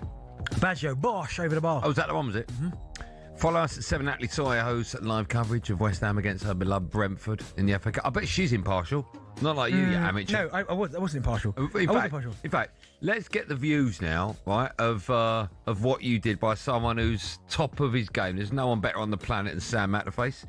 First, he's going to give us all the details for tonight's game, and then we can get his view on just how you should remain impartial, which, of course, you didn't do. Sam, good evening to you. Very good evening to both of you. West Ham makes 7 changes from the win over Fulham in midweek. Rotation always expected, really, with Manchester City coming up live on talkSPORT on Saturday and the predicament that they find themselves in the Premier League. Areola in for Hermansen, one of those 7 changes. Walker-Peters comes in at right back. Mavropanos, Disasi and Skulls at the back 4, Souček, Fernandez and Conte in midfield with Bowen, Pablo, who's returning after a calf problem, and Adama Traore in attack. Brentford, a lot stronger. They're taking it seriously. They alter the side from the game against Bournemouth by 3. It's a strong team with Kelleher starting and Lewis Potter back in at left back. So Keith Andrews maybe being a little bit wary of missing an opportunity like Fulham did yesterday. They start with Kelleher in goal. It's Coyote, Ayer, Collins and Lewis Potter the back 4, Henderson and Yarmouk in midfield, Ouattara, Damsgaard and Schade and Thiago. And they're looking to win here for a second time this season. I was here on a Monday night earlier in the campaign when they absolutely battered West Ham. Let's see what happens tonight. Sam, are you still there? I'm still here. Sam, can I get your I'm not opinion? going anywhere. Good, okay. Well, you might have dropped your mic or taken your headphones off. Okay. So, listen, you are top of your game. There's no one on the planet better You're than very what you kind. do. I thought you looked very good on the screen today, by the way. I was walking past a pub in London Bridge earlier on. They had you on a huge screen, and you've had your hair cut, haven't you? I have had my haircut, yeah. I look great, don't I? You look fantastic. Thanks, man. Have a listen to this. This is Darren Bent on Co-Com's duty at the weekend. I just want to get your views on it. Jim Proudfoot in the hot seat, Benty alongside. Benty's meant to remain in part. I just celebrate. This is his. Have a listen, right? So Jim's commentating on the go. You can probably hear Darren Bent reacting to the Arsenal goal in the background. Have a listen. I want to get your views. Here we go. Mansfield 1, Arsenal 1. Arsenal took the lead in the first half. And Mansfield equalised 5 minutes into the second. Now Eza, right-footed, blasts it into the top right-hand corner. And Arsenal are back ahead. What do you make of that, Sam? Disgusting, isn't it? No, you can't do that. And also, he was talking as Jim was trying to commentate on the goal, which is, again, another big no-mo. And I was actually sitting about 5 yards in front of Darren Bent, actually, commentating for the television that day. And I remember looking around and seeing him in a full Arsenal kit, which was absolutely outrageous. You're a disgrace, Bent. Sam, you had to go to Sam. Wait, didn't you have your Chelsea kit on, though? Underneath the coat. Oh, right, fine, OK. You can't do that, can you? I wasn't celebrating the goal. I was applauding. It was a great finish. Sam's the GOAT, right? Yeah. And he's just said you are disgusting. All right, Sam. Was it not Sam? I apologise. All right. Listen. All right, so we get it, Jack. It's like Michael Jackson's on Co-Coms, isn't it? Absolutely disgusted. Have a good rest of the night, boys. Thanks, Sam. There you go, a wonderful Sam Matterface in the hot seat for tonight's game. Great goal. The wall was like not. Oh my God, the score was like what a goal. It's still disgusting. Right? Hold on. Not as bad as Gary Neville's. Do you remember that? No, hold on. Okay, was that? Is that? No, that wasn't his Is that team. impartial? No, but that was terrible. Even Andy Townsend. By the way. He's the governor. He's the governor. Against Villa versus Bayern. Yeah. Listen, find that, Jack. No, Jack, no, don't find it. Right, when Townsend is on the right. You're just a whippersnapper coming through at the moment. Duran scores that worldie. Hey, Andy's like, what a goal! What a goal! He just scored at a World Cup, mate. No, but listen, one player a bit impartial. So he played for Villa. He celebrated. So I'm saying, I learned that from him. There you go. I learned that from the best. You said he's a bad influence on you. I'm saying he's the best in the business. Townsend, you're a disgrace. And I learned it from Andy Townsend. Yeah. What a goal! What a goal! But he didn't know Michael Jackson impression in the Co-Coms. Oh, you hear my voice? No, you got it. Go on, Jack, play it. Well done, Jack. Here we go. Ball upfield as quickly as possible, but he hadn't really got a runner. He has now. It's Gerrard! Yes! What a goal! What a goal! Yeah, that's disgusting. Yeah. Go. Thank you very much. I learned from the best. Hold on. That was a Gerrard goal? No, that was Duran, Villa. Oh, it was Duran, was it? Okay, yeah, that's disgusting. Yeah, There's no, excuse. I learned from the best. Yeah, you and Andy Townsend, you're in your own little group. Well, there. Andy Townsend's the best, so... I don't need him on Co-Coms. Yeah, I do. So, make of it what you will. I know what I'm making of it. Cheers, Andy. And Jack, brilliant from you. What time is it? I think it's amateur hour. Right, time now to take a look at the latest EFL action in partnership with our wonderful friends at McDonald's. Benty's EFL Corner on talkSPORT with McDonald's. Got big McDonald's hunger? Order delivery on the McDonald's app today. From 11 a.m, 18 plus, fees apply to delivery orders, subject to availability, price may vary. That was worse than mine. That was disgusting. I didn't think that existed. Yeah, I remember it. That was disgusting. If you're listening, you should be ashamed of yourself, Townsend. Right, time now for the return of Benty's EFL Corner, where Darren Bent takes a look back at a busy old weekend in the Championship. Hold on, no. Surprise, Leicester, Ipswich, the last one. Right, Coventry's 2-0 win away at Bristol City is where we're going to start. It keeps Frank Lampard's side 5 points clear at the top. Meanwhile, Bristol are 10th, 7 points outside the playoffs. Potentially a tricky game for Coventry. Brilliant result for them. Yeah, it was a really, really good result for them. Obviously, both teams getting someone sent off as well. It was a good result, but I think Coventry, since that Middlesbrough game, it's almost like it's given them that that little boost that they needed, because I know a lot of Coventry fans that were a little bit. I totally agree with you. We're getting a little bit nervous, but since that Middlesbrough game when they've gone 3-1 TV game, they've won 4 straight since then, and I mean they're playing really well. I don't see a scenario where they don't go up automatically. No, how many points clear? You got league table there. I mean, they've currently right now they're on 74 and third place because obviously top 2. They've got a 9-point gap over Millwall. Millwall got games in hand? Nope. Both played the exact same. Ipswich got games in hand? Ipswich got a game in hand, yeah. Is it 1 or 2? 1. Yeah. How many games have you got left? So they have got 10. You played 46, didn't you? 10, yeah. Yeah, 24 teams, yeah. Yeah, so I don't see a world where they fall out the top 2. Okay. A quick word about Hadji Wright. Scored 6 goals in his last 5 games. Yeah. I think he scored in that Middlesbrough game. He got hat-trick. Did he score? Yeah, he got hat-trick. Was it? No, he got hat-trick. Okay. Yeah, he got hat-trick. No, I yeah. mean, he has been so important for them. So, and all the finishes that he's doing, different finishes as well. Second top goal scorer now in the Championship. He's a huge top. I can't pronounce his name. I'm not even going to try and pronounce his name. Vopotnik. Okay, well done. You did try and pronounce it. Yeah, so, but no. Yeah, Coventry, I think they're absolutely flying. Fair play, Frank Lampard. Steady the ship. Yeah, brilliant. And do you know how many goals they've scored this season? Just roughly, anything? 64. 74 goals they've scored. That's unbelievable, isn't it? Wow. That's flying. Right, let's stay at the top of the table now and discuss Middlesbrough. They were 4-0 winners away at QPR. They're now unbeaten in form. Meanwhile, QPR have lost 3 in a row. They're 16th. 4-0 does suggest a very comfortable win. Was that the case? Yeah, I'd say so. I mean, QPR kind of huffed and puffed, to be fair, but I thought Middlesbrough were always in control. Some great goals there. Hackney's got a lovely goal, a little bender, the far corner. Morgan Whittaker, I've been there before. He must be frustrated because a ball comes across the box. He should score. He mishits it, hits the defender, come back to him. He then puts it in the net. It hits his teammate and goes in, so he doesn't even get the goal. He runs off celebrating. Well, of course he won't. But the defender had grabbed his teammate. I think it was Strelic, and pulled him into the goal and hit him on the way in. Oh, I see. Right, okay. But no, yeah, Middlesbrough, I thought they played really well, handled that situation as well, really well. They've got, you just alluded to, what is it, a 4-point gap now over third place Millwall? Yeah, they have, yeah. 4 points they've got the gap, yeah, they're 69 points. Very threatening that you need to pull away, right? I think so. But Millwall flying. Let's talk about Millwall because they beat Hull 3-1. They are 6. Sorry, it was their 6th win in 8 games. Means they sit 3rd. Hull, they stay 5th. The Millwall gaffer, Alex Neil, spoke to talkSPORT after the game. He discussed how important that win was to keep pace in that promotion race. Yeah, I just think every game just make sure that we try and keep ourselves away from the pack that's chasing game after game. But there's nothing won and lost in the next game or the game after that. You know, still 10 games to go. It's 30 points to pick up. So there's loads of football to be played. So we're not really viewing it as do or die in the next match. We're viewing it as we have done in the last 10. We need to keep going. We need to keep rolling in, try and get the next points. My daughter on Saturday was in a dance thing, right? I had to go and competition? See her. No, it wasn't a comp. Recital? What does that mean? I don't know. I've heard it's American people say dance recital. No, it's like an afternoon where all the kids from a dance class put on different shows. I had to sit there for 2.5 hours watching my kid, which was great, come on for like 6 minutes, and then all the other kids do it. Right? I mean, no disrespect, I couldn't give a monkeys about the other kids. Yeah. I had to sit there. Keep going. I was just trainer shopping until my missus went, she's on, and I'd look up. While I was there, this guy come up to me. I love you, Benty, love you. Why don't you talk more Millwall? Is what he said. And I went, producer Joe's fault, nothing to do with me.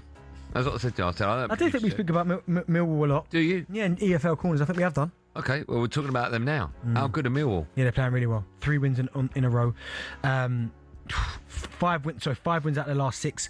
They're flying and peaking at the right time. And even when you look at what they've spent in the summer, and like loans, and I think Alfie Doherty they bought for $5 million. But other than that, it's next to absolutely nothing. But they're flying. They're absolutely flying right now. So fair play to them. What are you doing? What are you laughing? Joe just realised what a mistake he made. He said, you've got to rattle through if you want to do Ipswich. And I looked at Joe and went, no. And he went, no, I need you to do Ipswich. But listen, Millwall flying right next. Millwall couple, flying, okay. Yep. Ipswich 1-1 at home to Leicester. Is that a point gain or 2 dropped? No, I need to hear him again. Oh, let's hear him. I didn't think we had time. Yeah, no, we haven't. Kieran McKenna spoke to talkSPORT after the game. He said he should have had at least 1 penalty. No, I thought it was clear at the time, and it's clear watching it back for me. It's a great ball from Dara. Cedric's free inside the frame of the goal, is ready to attack the cross 6 yards out and gets wiped out. And the referee said he didn't see it, but for me, you can't miss it because as soon as Dara crosses it, there's nowhere else for all the officials to look other than into the box where it's going, and they know they're in a little bit of trouble, and they take Cedric out of it. So I thought we should have had 2 clear penalties in the second half. Is that the whole press conference we played? Honestly, the favouritism on the show is disgusting. No. Do you agree, McKenna? Yeah, I do. No, Listen, no, but the PGMOL even come out and said that Ipswich should have had 2 pens. Well, you're tough, innit? It's football. You got no VAR. I know. That's the beauty. I keep getting told by you it's the beauty of that league. The Hamza Chowdhury one on Kipri is a joke, man. Tough. That's the beauty of the Championship. Yeah, I'm it glad is. you dropped 2 points. I'm glad. Well done, no VAR. Good advert. It's definitely. That was Goldstein's EFL Corner with McDonald's. Benty's EFL Corner on talkSPORT with McDonald's. Got big McDonald's hunger? Order delivery on the McDonald's app today. From 11 a.m, 18 plus. Fees apply to delivery orders. Subject to availability. Price may vary. Love the fact there's no VAR in the Championship. Long may that continue. Especially if Ipswich get penalty. When Billy comes in the studio, it'll be time for the end of show quiz. Oh, quick reminder, the FA Cup draw is right after our show at 7 o'clock on talkSPORT Live, so stay where you are. You in it? Oh, sorry. He has now. It's Gerrard. Yes! What a goal! What a goal!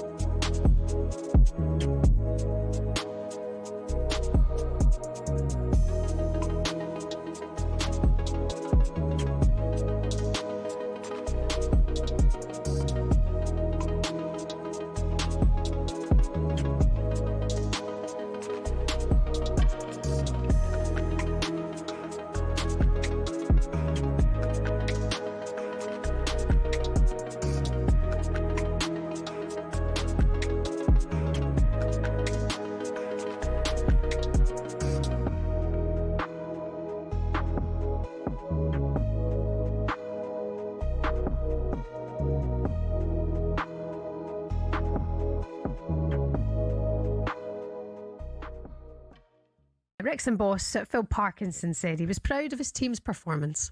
Yeah, listen, we've got to be immensely pleased with the performance tonight. In so many aspects of the display were good. The way we pressed, the structure, because it's not just about pressing, it's when to press, it's the communication. But some of the football we played as well, I thought was really good. And I stressed in the press conference and to the lads yesterday, we weren't coming into this game just to stop Chelsea. We were coming into it to play ourselves. And we've gone toe-to-toe. We really have. I felt second half we were going to win the game. I could feel it. I really was very confident on the touchline. And moments have gone against us tonight. And it's our first taste of VAR here at the racecourse. And, it takes a bit of getting used to because those decisions will be, certainly the send-off, I think, will be a big talking point. Yeah, I think Phil's called it perfectly there. He's talked about the decisions and what had happened during the game, big moments. And, yeah, look, they 1-0 up, pegged back 1-1. Go 2-1 up, get pegged back 2-2. And I've got to say, the second goal, which is so often the lad Doyle who scored, it was a deflection from a shot. And them goals are quite clever goals because if you just divert the ball as it's coming to you, that it beats any goalkeeper because the goalkeeper's going one way. And if you get a slight deflection on it, it gets diverted into the bottom corner. And I thought they just absolutely matched Chelsea in every way, shape and form. And to be fair, they must, be proud of what they've done this year in the Championship and in the Cup.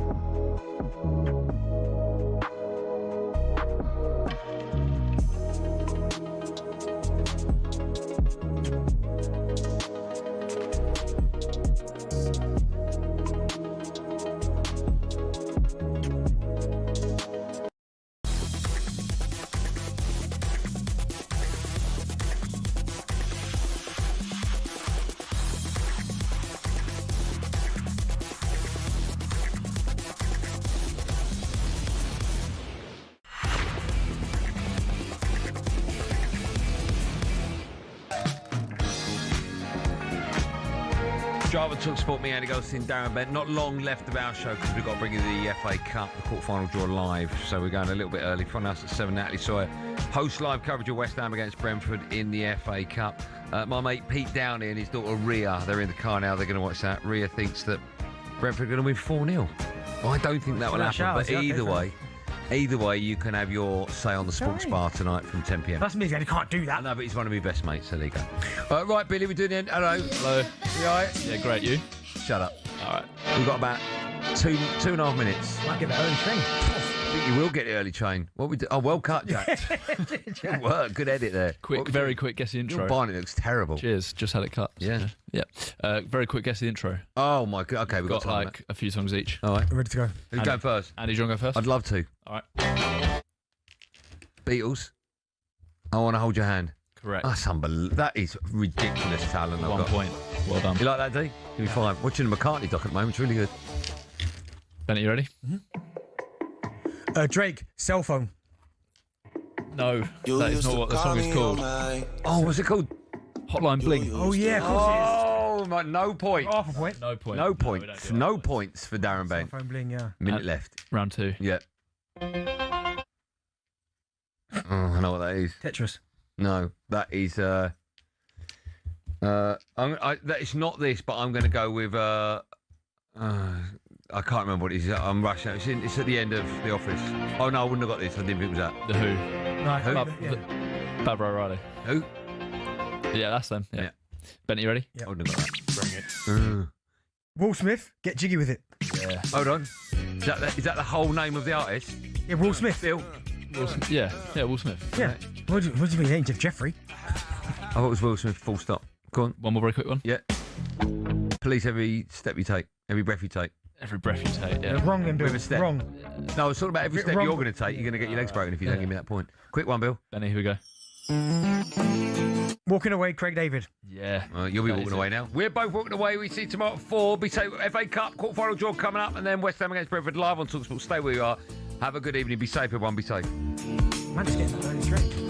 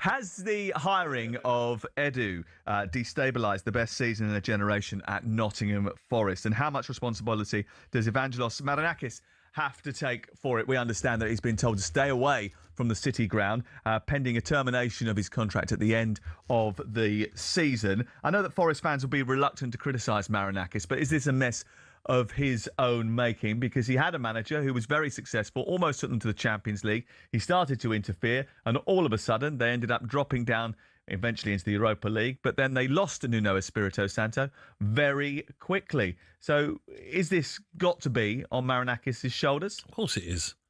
And do you blame Nuno Santo when you've got a sporting director coming in and probably not giving you a say on any players that you're bringing in? What do you expect as a manager?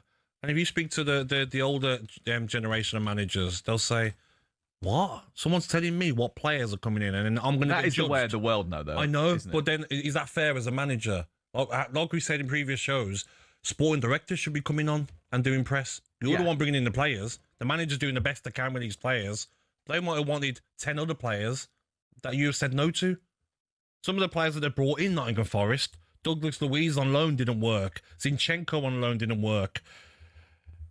Amari Hutchinson, 37.5 million. Only one Premier League goal in 22 appearances. McAtee, 30 million. Hasn't worked. Ndoye hasn't worked. Bakwa hasn't worked.